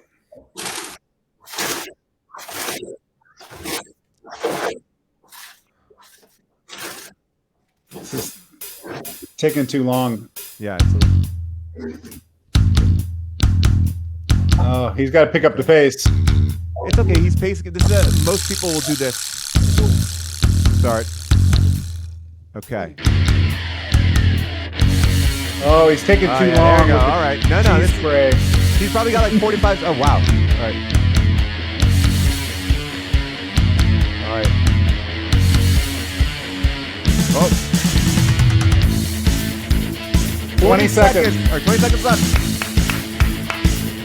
All right. 15. Barely got any of this from Rob. 10 seconds left. God damn it. It's not, didn't touch the banana. What do you do? 5, 4, 3, 2, 1.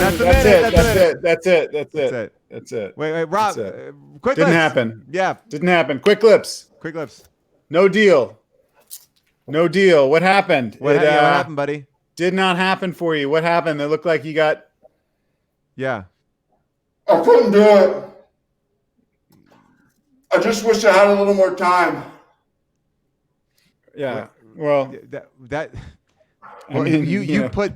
you set it up. It was for 1 minute, you know.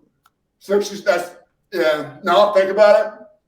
That's not enough time. Yeah, there's not enough time. Yeah, there's not. What do you think happened? It looked like you got hung up on the cheese spray. That tripped me up a little bit.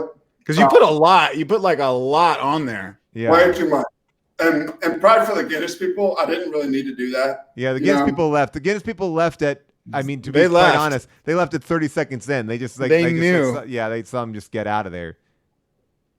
They couldn't stay for 60 seconds. I mean, I guess they had another event to go to. I mean, I think they're going from Zoom to Zoom to Zoom, you know, just doing events all the time. I think honestly, they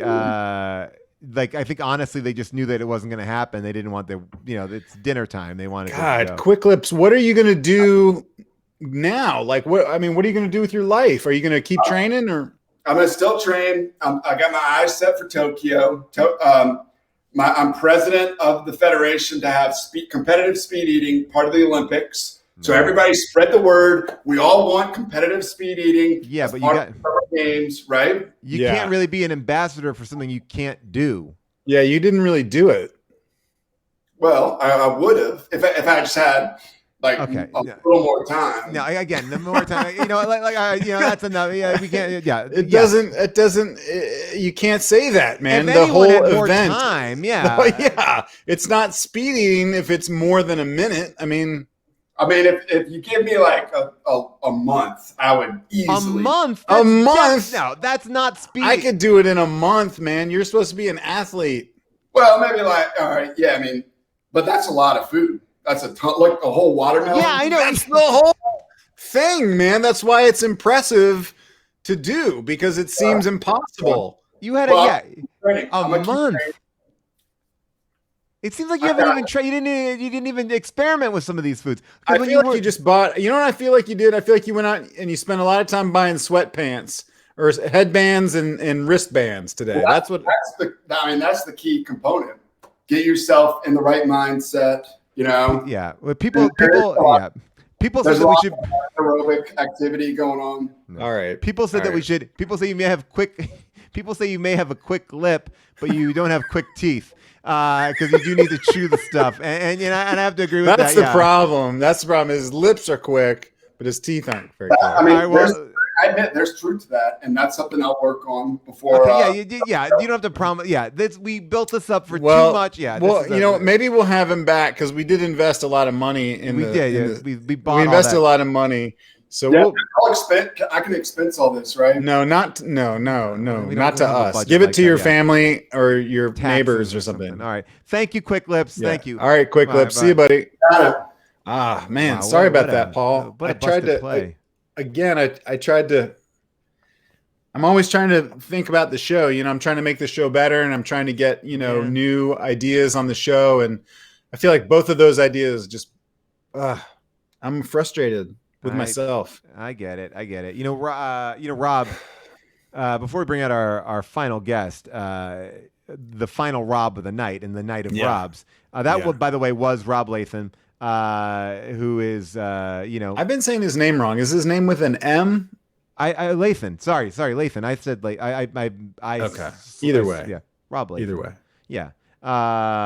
We can find out. I mean, we can ask him. We can straight up ask him. But I'm pretty. I mean, this is the kind of hosts we are. I would like to have Quick Lips Lathan. back on to see if he could get, because I think the thing is the cheese spray was just coming out. He didn't even open up the Chunky Campbell's cans. Like he's got there was no completely. Yeah. You would spend so much time.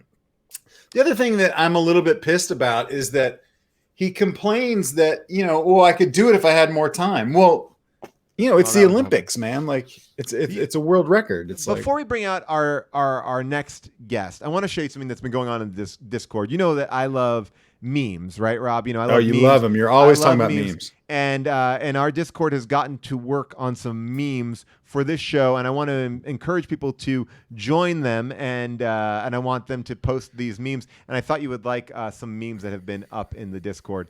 Okay. This one here, I think, is the one that you're really going to enjoy. This is it's a tactical whip. It's Catherine Hahn from WandaVision, and a little good one there. We got this one here coming up, which is let's see here. We got this one. There's 3 actually. That was in reference to me when you were asking me about how many podcasts I had, and I said 3. and I was basically making a joke about someone I could never tell that story about in real life. and then we have this one here, which I thought was pretty great.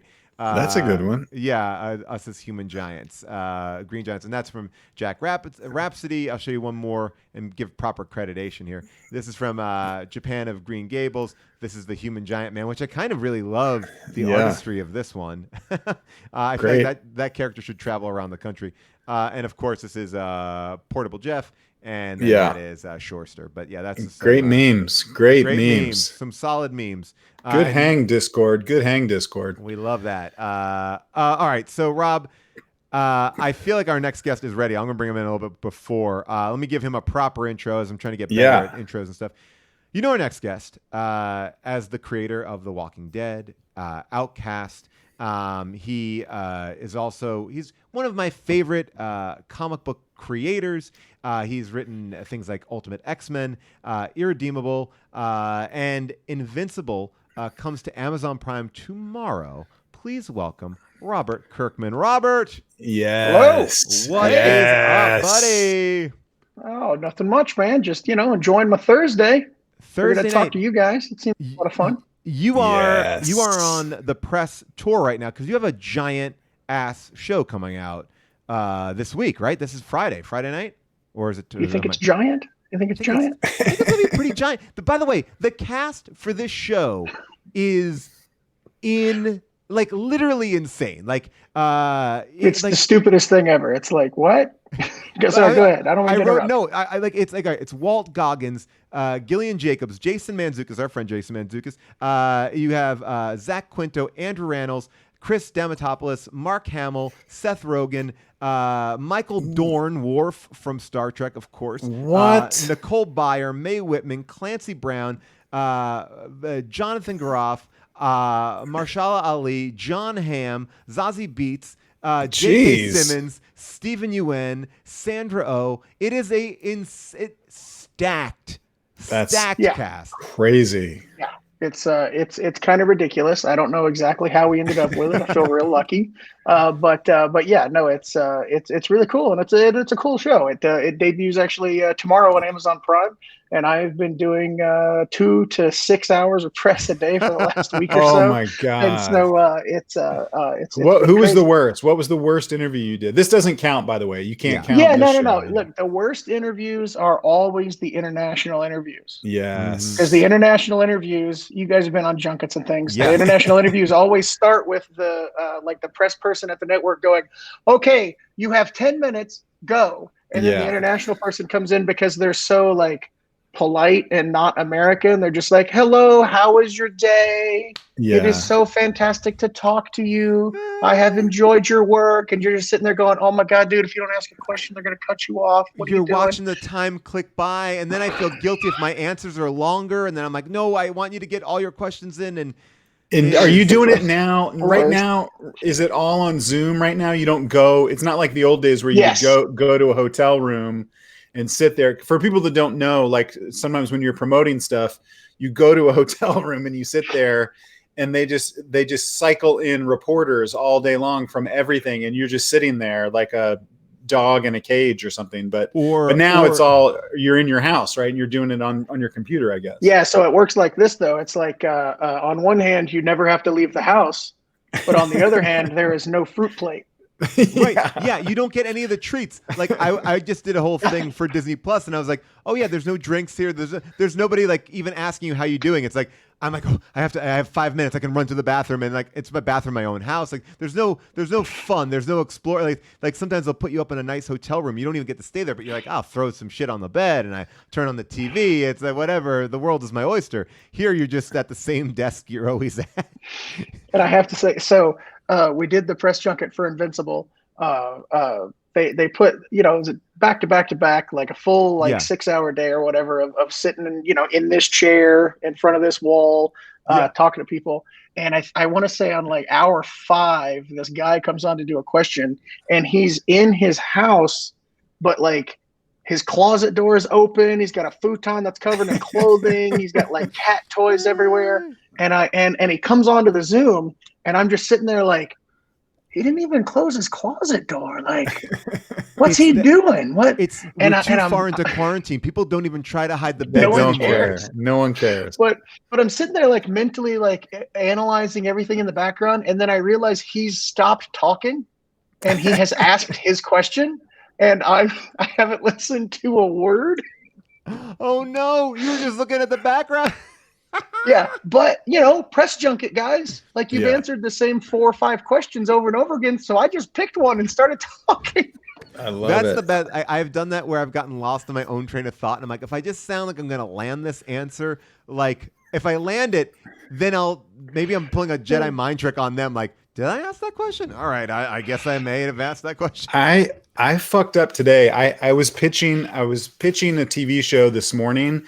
And I didn't know the person that I was pitching to, and I was, me and a few other people, and I thought it would be funny to do this bit. So I had, how kids, people's children always pop up on their Zooms, and they like have to get their kids out of the way. Yeah. So I thought like, oh, this will be funny. I'll have like my baby pop up, and then I was like, Damien, get out of here, Damien.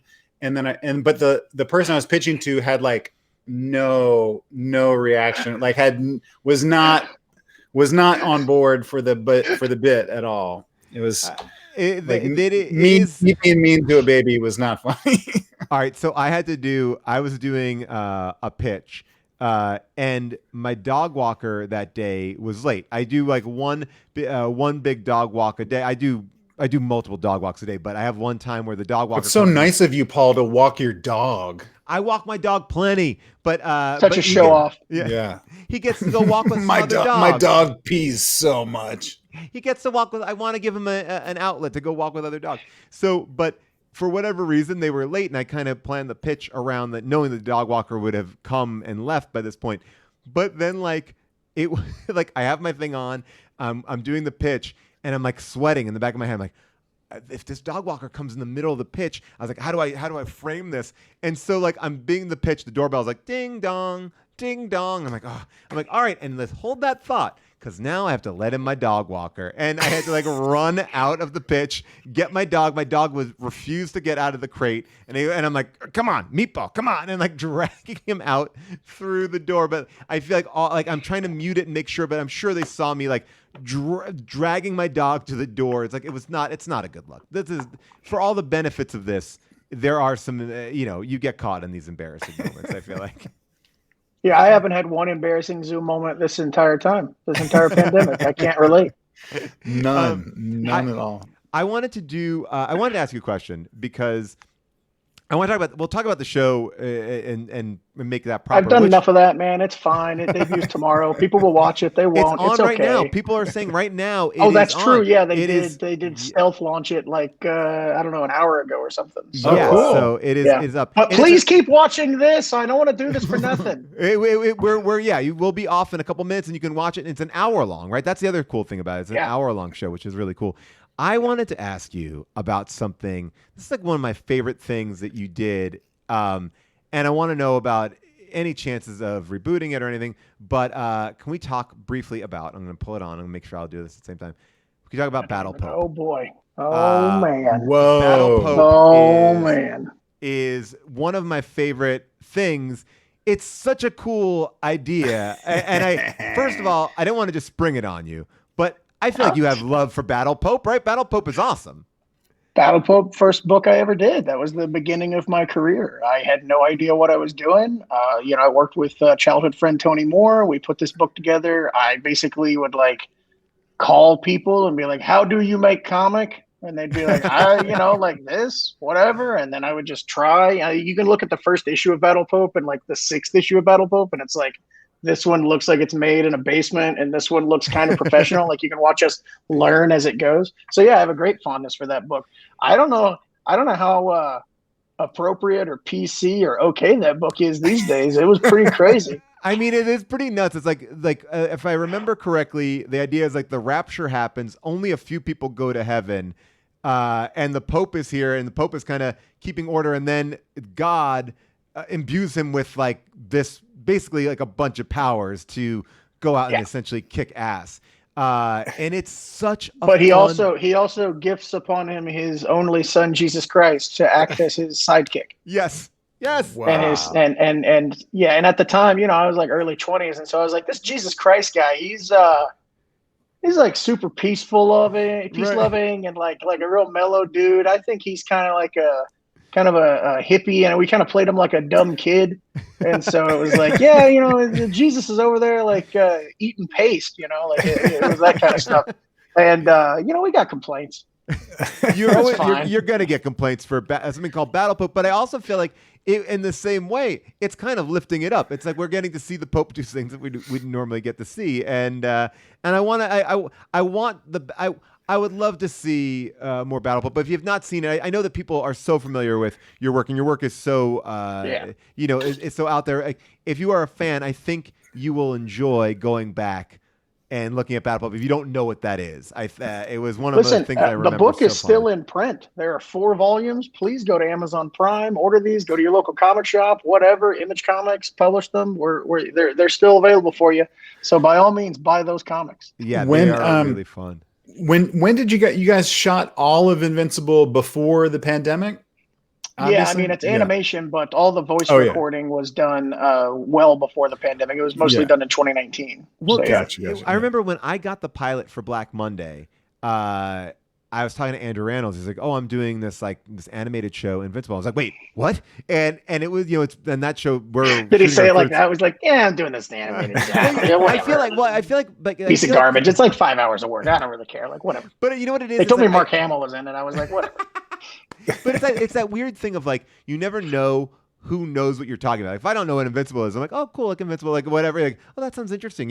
It's I feel like when I find a Howard Stern fan or a comic book fan, it's wait, hold on. It's you can but you say it kind of casually at first. Oh yeah, Arsenio was on Howard. Oh, you listen to Howard, and then all of a sudden you can have you've opened up this world. And and he was telling me about it, and I was like, whoa, this sounds absolutely amazing. And then as this cast get kind of filled out, are you in the room doing the voice, working with the voice actors, or are you kind of separate from that? Where are you at? No, I was in all the I mean, with a cast like that, I am definitely going to be in the voice record session. I got to meet Mark Hamill. Are you fucking crazy? Dude, come on. I wasn't the one that brought the Star Wars posters, but I was there. I was there looking at him going, wasn't me, man. I'm sorry. I don't know. These people are crazy. By the way, he's also great. He came on NTSF one time and he played a serial killing dolphin. And so it was a voiceover work. And I love Mark Hamill, but what you don't really know about him, I mean, if you're a fan of the Batman animated series, his work as the Joker is just, it's just unbelievable. But when you get him in that voiceover booth, what he's able to do is so fucking impressive. It's you don't even understand how talented Mark Hamill is until you hear, like, just watch him go, oh, you want it like this? And then all of a sudden it's a fully different realized character. Oh yeah, he came in and was like, I don't know, I was thinking about this character. I could do it this way, and then he'd say something. I could do it this way, and then he'd say something. I could do it this way, and then he'd say something. And I was like, whoa, slow down. What are you doing here? Like, holy crap.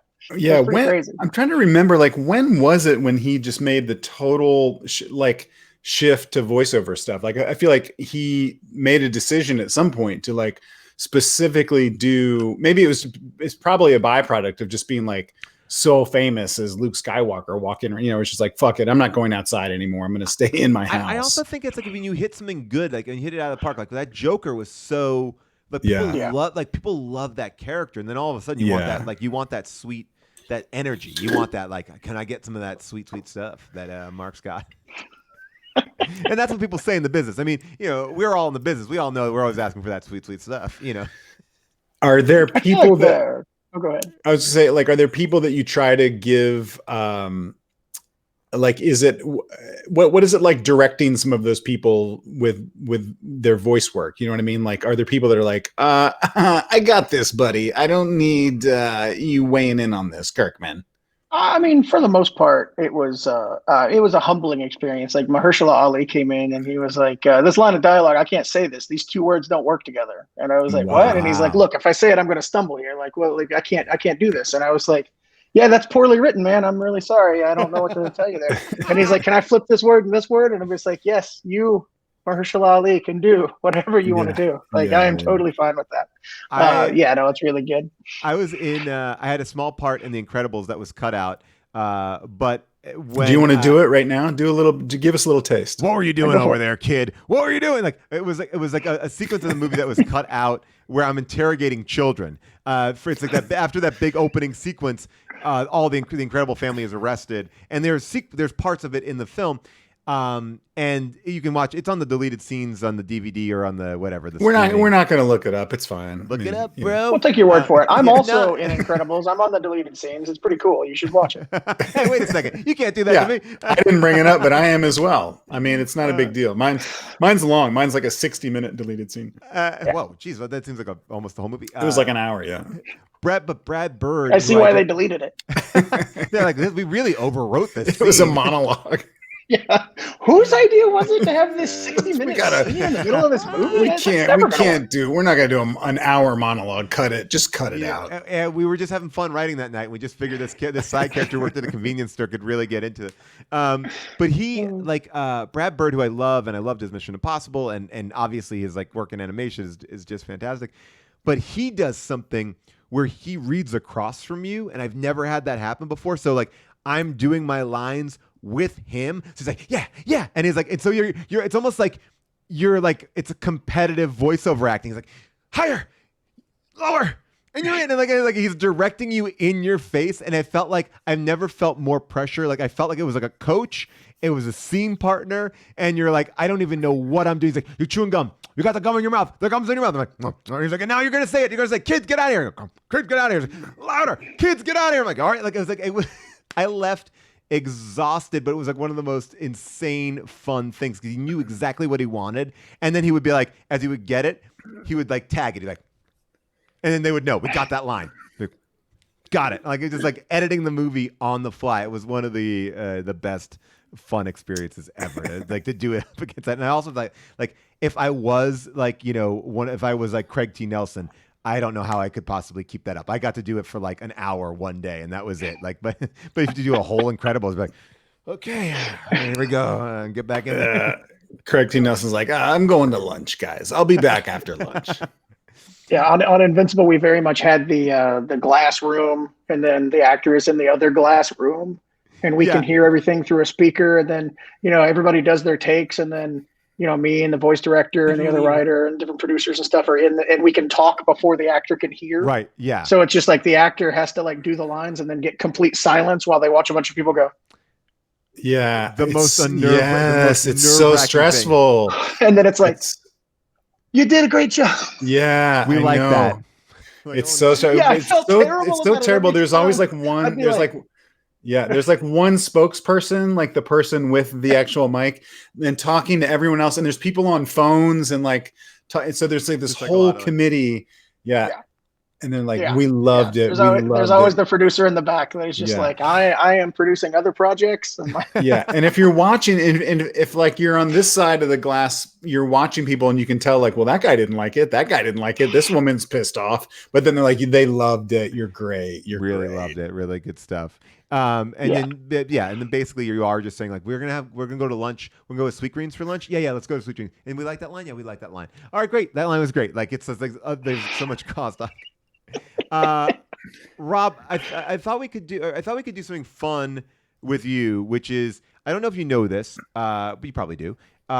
When the trailer for your show dropped, so many people made reaction videos to your trailer, right? And so we thought for a first, what we would do is play you a reaction video to your trailer, and you could react to the people reacting to your trailer. So this is oh man, I don't show emotion well. Hold on, let's see how we can do this. It may be too many layers. It may not work regardless, but I love not enough layers. Let's do it. Let's see if we can get this in here. All right, I'm gonna pop this up. All right, so this will be your reaction to the reaction video. These are three guys who I thought had a pretty solid reaction. Let me move you here to your center box. Before. All right, so here I'm gonna here we go. Oh my god! Look at their faces. They're stone-faced. It's like they like what they're seeing, but they're not really reacting to it. It's kind of a disappointing. Oh, they're talking. Oh my god, what are they saying? Are they enjoying it? Shaking their head. This guy's eyes blinking. Music. Oh, look at that face. Mean mugging it. He's mean mugging the show. He's like, fuck this show. What? It gets really good. Look at that. We got freeze frame. Oh, now freeze frame is laughing. That's good. That's good. Cool. All right. Good reaction so far. Okay, we got a little bit of nodding, a little bit. Yeah, I like that. They like it. They like it. Oh my god, this is gonna be awesome. I agree. It's great to hear. Fantastic. All right, now Burger Mart. More nodding. More silent. Yeah, you gotta love the Burger Mart. You know that logo is a steaming BM on a bun. Oh wow. A lot of people don't notice that. It's a gag. Here we go. This is where it's going to get. Whoa! Oh my god! He said Rexplode. Yeah, I don't know about that. He's such an asshole. I love it. Land. Does it land? I don't know. It's landing. It's going to land for these guys. Here they go.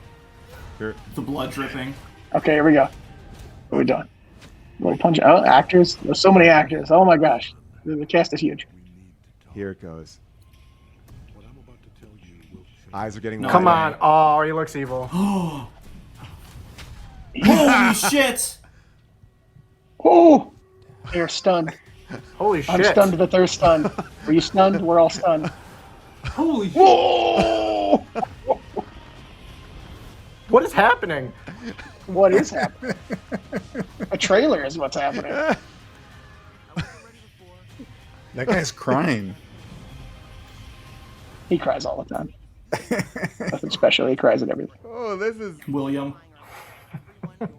These guys were. Holy shit! Oh solid Andrew Reynolds. That's great. Holy shit! Oh.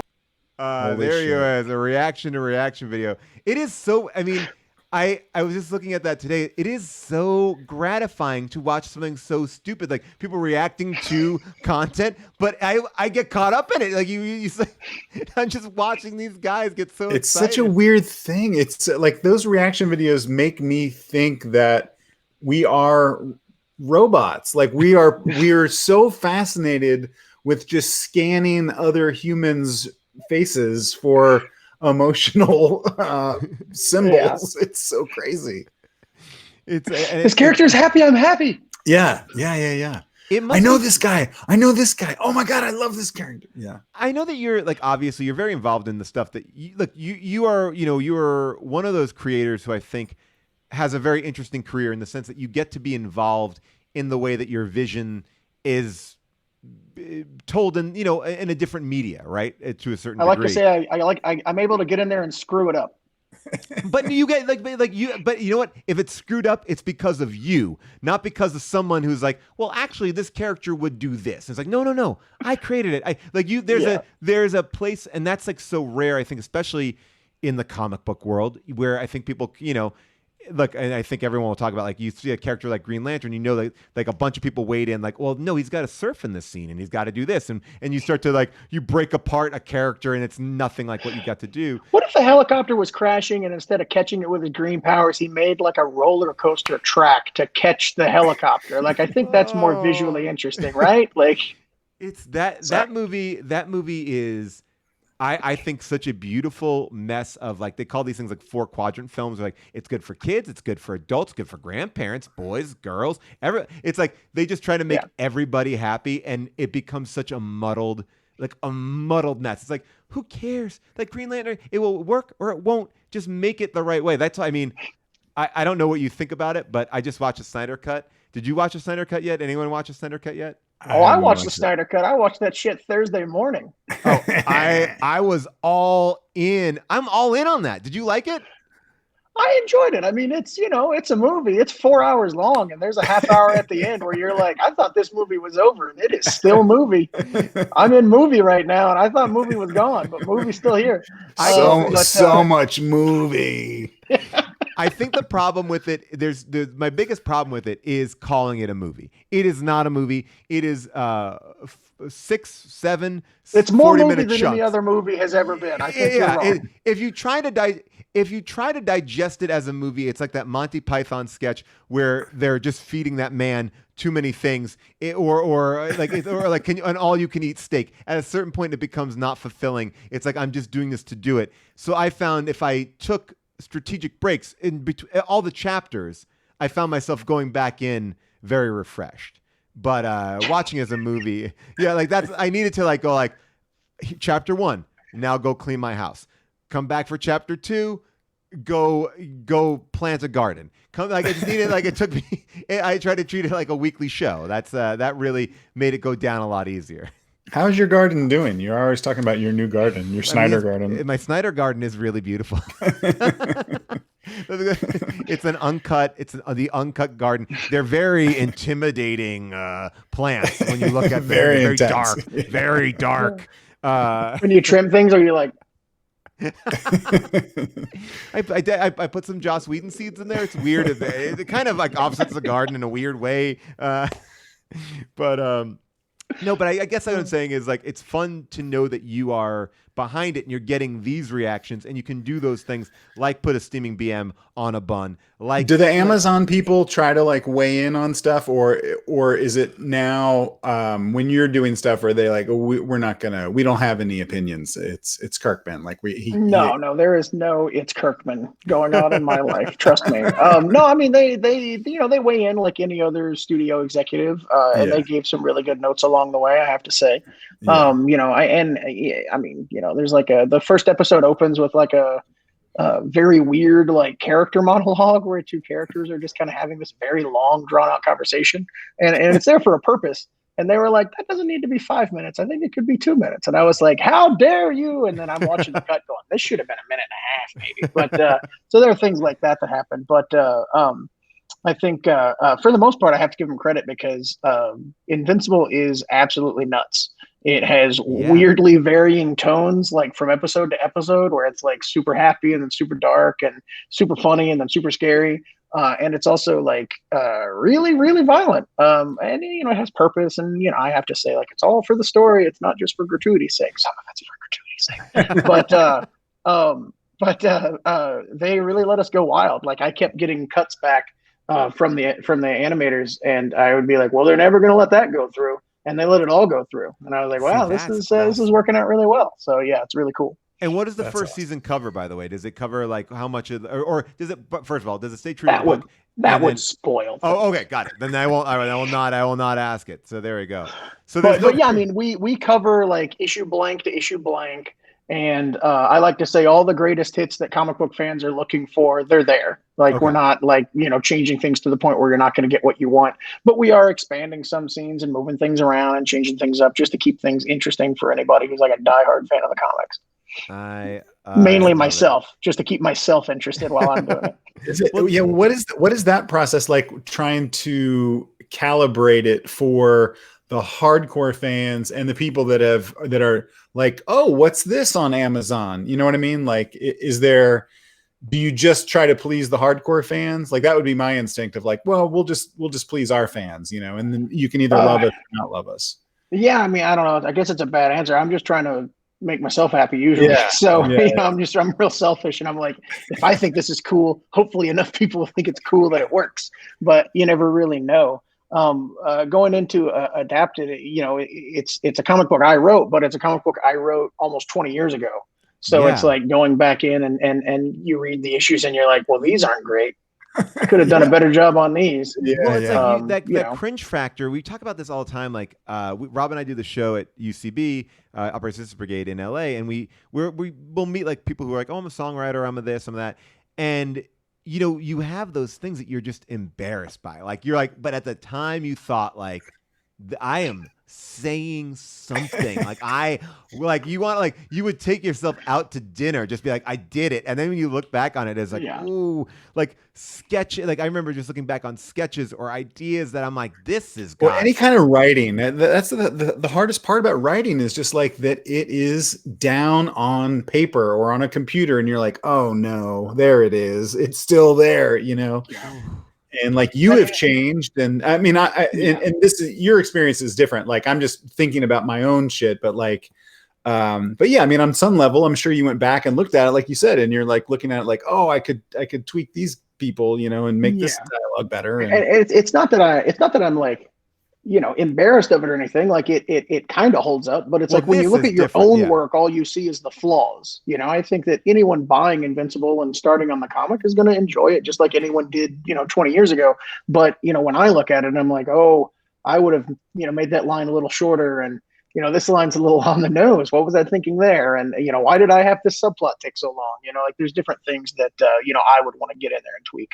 Well, and also like that's, you know, and like those are great things that are like, you know, obviously Invincible is like a great book that's there, but there are those things like even before, like, you know, before you're even doing Battle Pope that you look back on. Like I remember like my dad was cleaning out his house and he like gave me my old like college and high school newspapers, and I thought I was writing the funniest shit in those. And like looking at that, God. I was like, I really like the embarrassment I felt was so real. Like I was like, I want to jump out of a window. Like, and then I found like old like college reports where I'm like, I get it. Like I'm talking some real shit here. Like going back and reading any college essay that you wrote, unless you are fantastically brilliant, I just think it's like I don't know. I carry that weight. Like I carry it like as if I submitted it to the world yesterday. I will carry the guilt. I'm 19 and I have opinions that are informed. Yeah, it is like it's just the worst. Dude, I'm so excited for the show. So people can watch it tonight? Right now. They can go right now. They can watch it as soon as this is over. Amazon Prime. Holy cow. Robert, it was so great to have you on the show and have you here. And I cannot wait to watch the show. I'm such a fan of this book. I'm a fan of yours. And I can't wait to see where it goes and what issues we get to and all that good stuff here. I know Zooks. Yeah, no, likewise. I love both of you guys. This has been awesome talking to you. You guys are the best. Man. So fun to hang out with you. Yeah, you're the best, dude. Well, congratulations, everybody. Watch Invincible on Amazon right now. Everyone who loves Jason, who's also on the show a bunch. Jason speaks so highly of it as well, and that was offline, and he talked about it positively online. So that's a very high praise. All right, thanks, Robert. See you later. Bye-bye. Thank you. Bye-bye. See you, man. Oh, man, so good. That reaction trailer really makes me laugh. I mean, I watched so many of them today. All I want to do is reaction videos to what we should do is try to layer it as much as we can. So we'll have someone on reacting to their reaction video, and then we will react to that reaction of the reaction video, and we'll just keep building it out. Go back and back. Like I was watching him watch it. It's fun to see because it is just like he's watching it from a different perspective. He knows what's coming up, so he's like knowing where they're going. Oh, I love it all. What a great show. We had a quality Rob content. We missed the mark on the eater. Yeah, I'll take the heat. I'll take the heat on the world record attempt and the spring break interview. I just thought that, I just got to do better research on that stuff. some Look, of my. I felt the heat there with Cazzie when I picked the wrong ones. Yes. God. You know that. I love Cassie going, that's not our best, Paul. It's not our best. By the way, I'm like So searching through it. I'm trying to find all the ones. By the way, the one that I didn't show that I thought was actually really great that I think is like a really worthwhile one is this one. Fuckable historical figures. Wow, that's a great one. But that's a great one. But yeah, no, it's like, yeah, you're right. It's like, it's, look, we learned a lot today. We did learn a lot. Yeah. I'll do, as we try to make the show better, I'll do a better job researching the guests and making sure that anyone that we bring on is going to be able to, obviously any world record attempts, they're going to make it. You don't want to see them fail. That's a disappointing thing.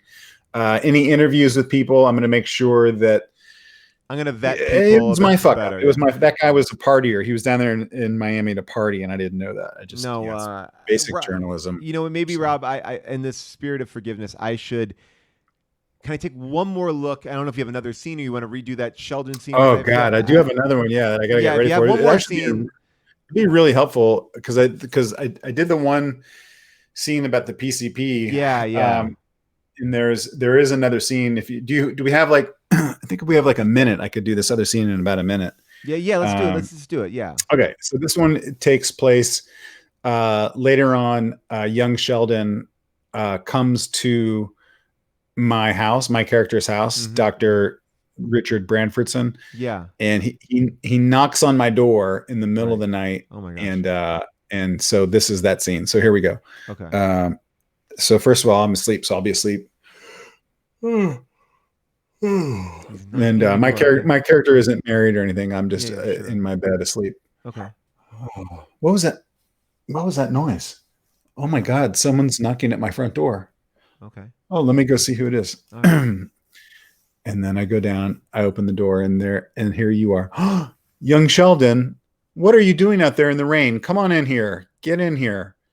Sit down. I don't like where this is going. Young Paul. Can I tell you something? Just as an artist, as an actor, you don't need to stop the scene. Okay, it's CBS, baby. I get it, but I'm like, a wet young boy coming to his teachers. It just the fact that he's wet, you made that. Okay, he could have had an umbrella. Okay. All right. So you're right. All right. You're going somewhere where we don't need to go. Okay. Got it. All right. Sorry. Okay, I really apologize for that. Young Sheldon, get in here, you wet little kid. All right, have a seat. Told me now he is wet. Paul. I'm just reading the script. All right, CBS sent it. They call him Young. I know that they just call him Sheldon on the show. This guy calls him Young Sheldon. In this episode, I'm just reading the script. I'm a performer. Okay. I'm trying to perform. Yes, you're right. Yeah. And how else? How else would you know who I was talking to? You're right. People don't just say. Well, you see me. It's not radio. If you're in a room, Paul, honestly, if you're in a room, you don't just look at someone and start talking to them. You look at them and you say, "Wife, turn around, please. I'm talking to you." First of all, your wife turns around. No one says, "Wife, turn around." That's why I let my kids call me by my first name. They call Paul, turn around. I go, yes. I feel like we're getting okay. Do the scene. I told you could do the scene, and I feel bad. I'm not letting you. Okay. Hey, young Sheldon, come in out of that rain. You're all soaking wet. Have a seat. I slam the door hard. I slam it hard. Have a seat, young Sheldon. Okay. What are you coming over here at my house in the middle of the night for, young Sheldon? Oh, don't tell me. Let me guess. You want a PCP again, right? Oh, Jesus well, Christ. Let me tell you something, young Sheldon. And I said it before and I'll say it again. If you want to be a physicist, you don't do PCP. And then, hold on, I look around the room and I go like this. But if you want to be cool, like a grown-up, who are you looking around the room? We can smoke PCP together right now, bro. So then there's like a montage of us getting high. This is why I'm on the fence about the character. Don't do this part, Rob. Don't do this part. You don't want to have a scene where you are bringing. Can I be honest? Be honest? It's been a minute since I've shot anything because of the pandemic. So when I have the opportunity to go on the central broadcast station, I think that's what CBS stands for. This is a big opportunity for me. I don't want to blow it. I want to get this acting job so I can provide milk and Pampers for my family. As long as you're telling me this, that when he smokes PCP, Sheldon doesn't say bazinga, does he? I mean, because if that's like the first time that if we're gonna retro, can we finish the scene? Or are you gonna? Sure. No, go ahead. Okay, Sheldon, sit down. Now, look, even though I said before when we were at middle school not to smoke PCP, the truth of the matter is all the cool people are doing it. So let's do it. I don't, Rob Hubel, I don't know what they smoke PCP out of. So I'm just I assume there's like a lighter. I don't know if there's like it looks like you're. Is it like a little blowtorch? Yeah. Like, a little. Yeah. So how does it go? Is it like this? Again, let's not get caught up. All right, take a big huff, Sheldon. Okay. And he huffs it in, and he goes, yeah, and then instantly he like starts hulking out, like my bow tie comes off. Yeah. But even but more like aggressive, like now he starts like wrecking. He starts wrecking my house. Yeah,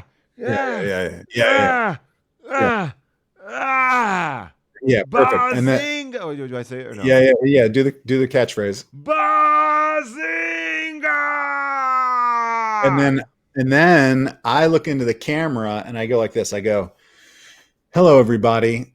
I'm the character Richard Branfordson, but I'm really the actor Rob Hubel, and I'm here to tell you on behalf of CBS and all of our advertisers, do not smoke PCP." Oh. Credits. Rob, I think Rob, that was actually really great. That was now that I see the twist.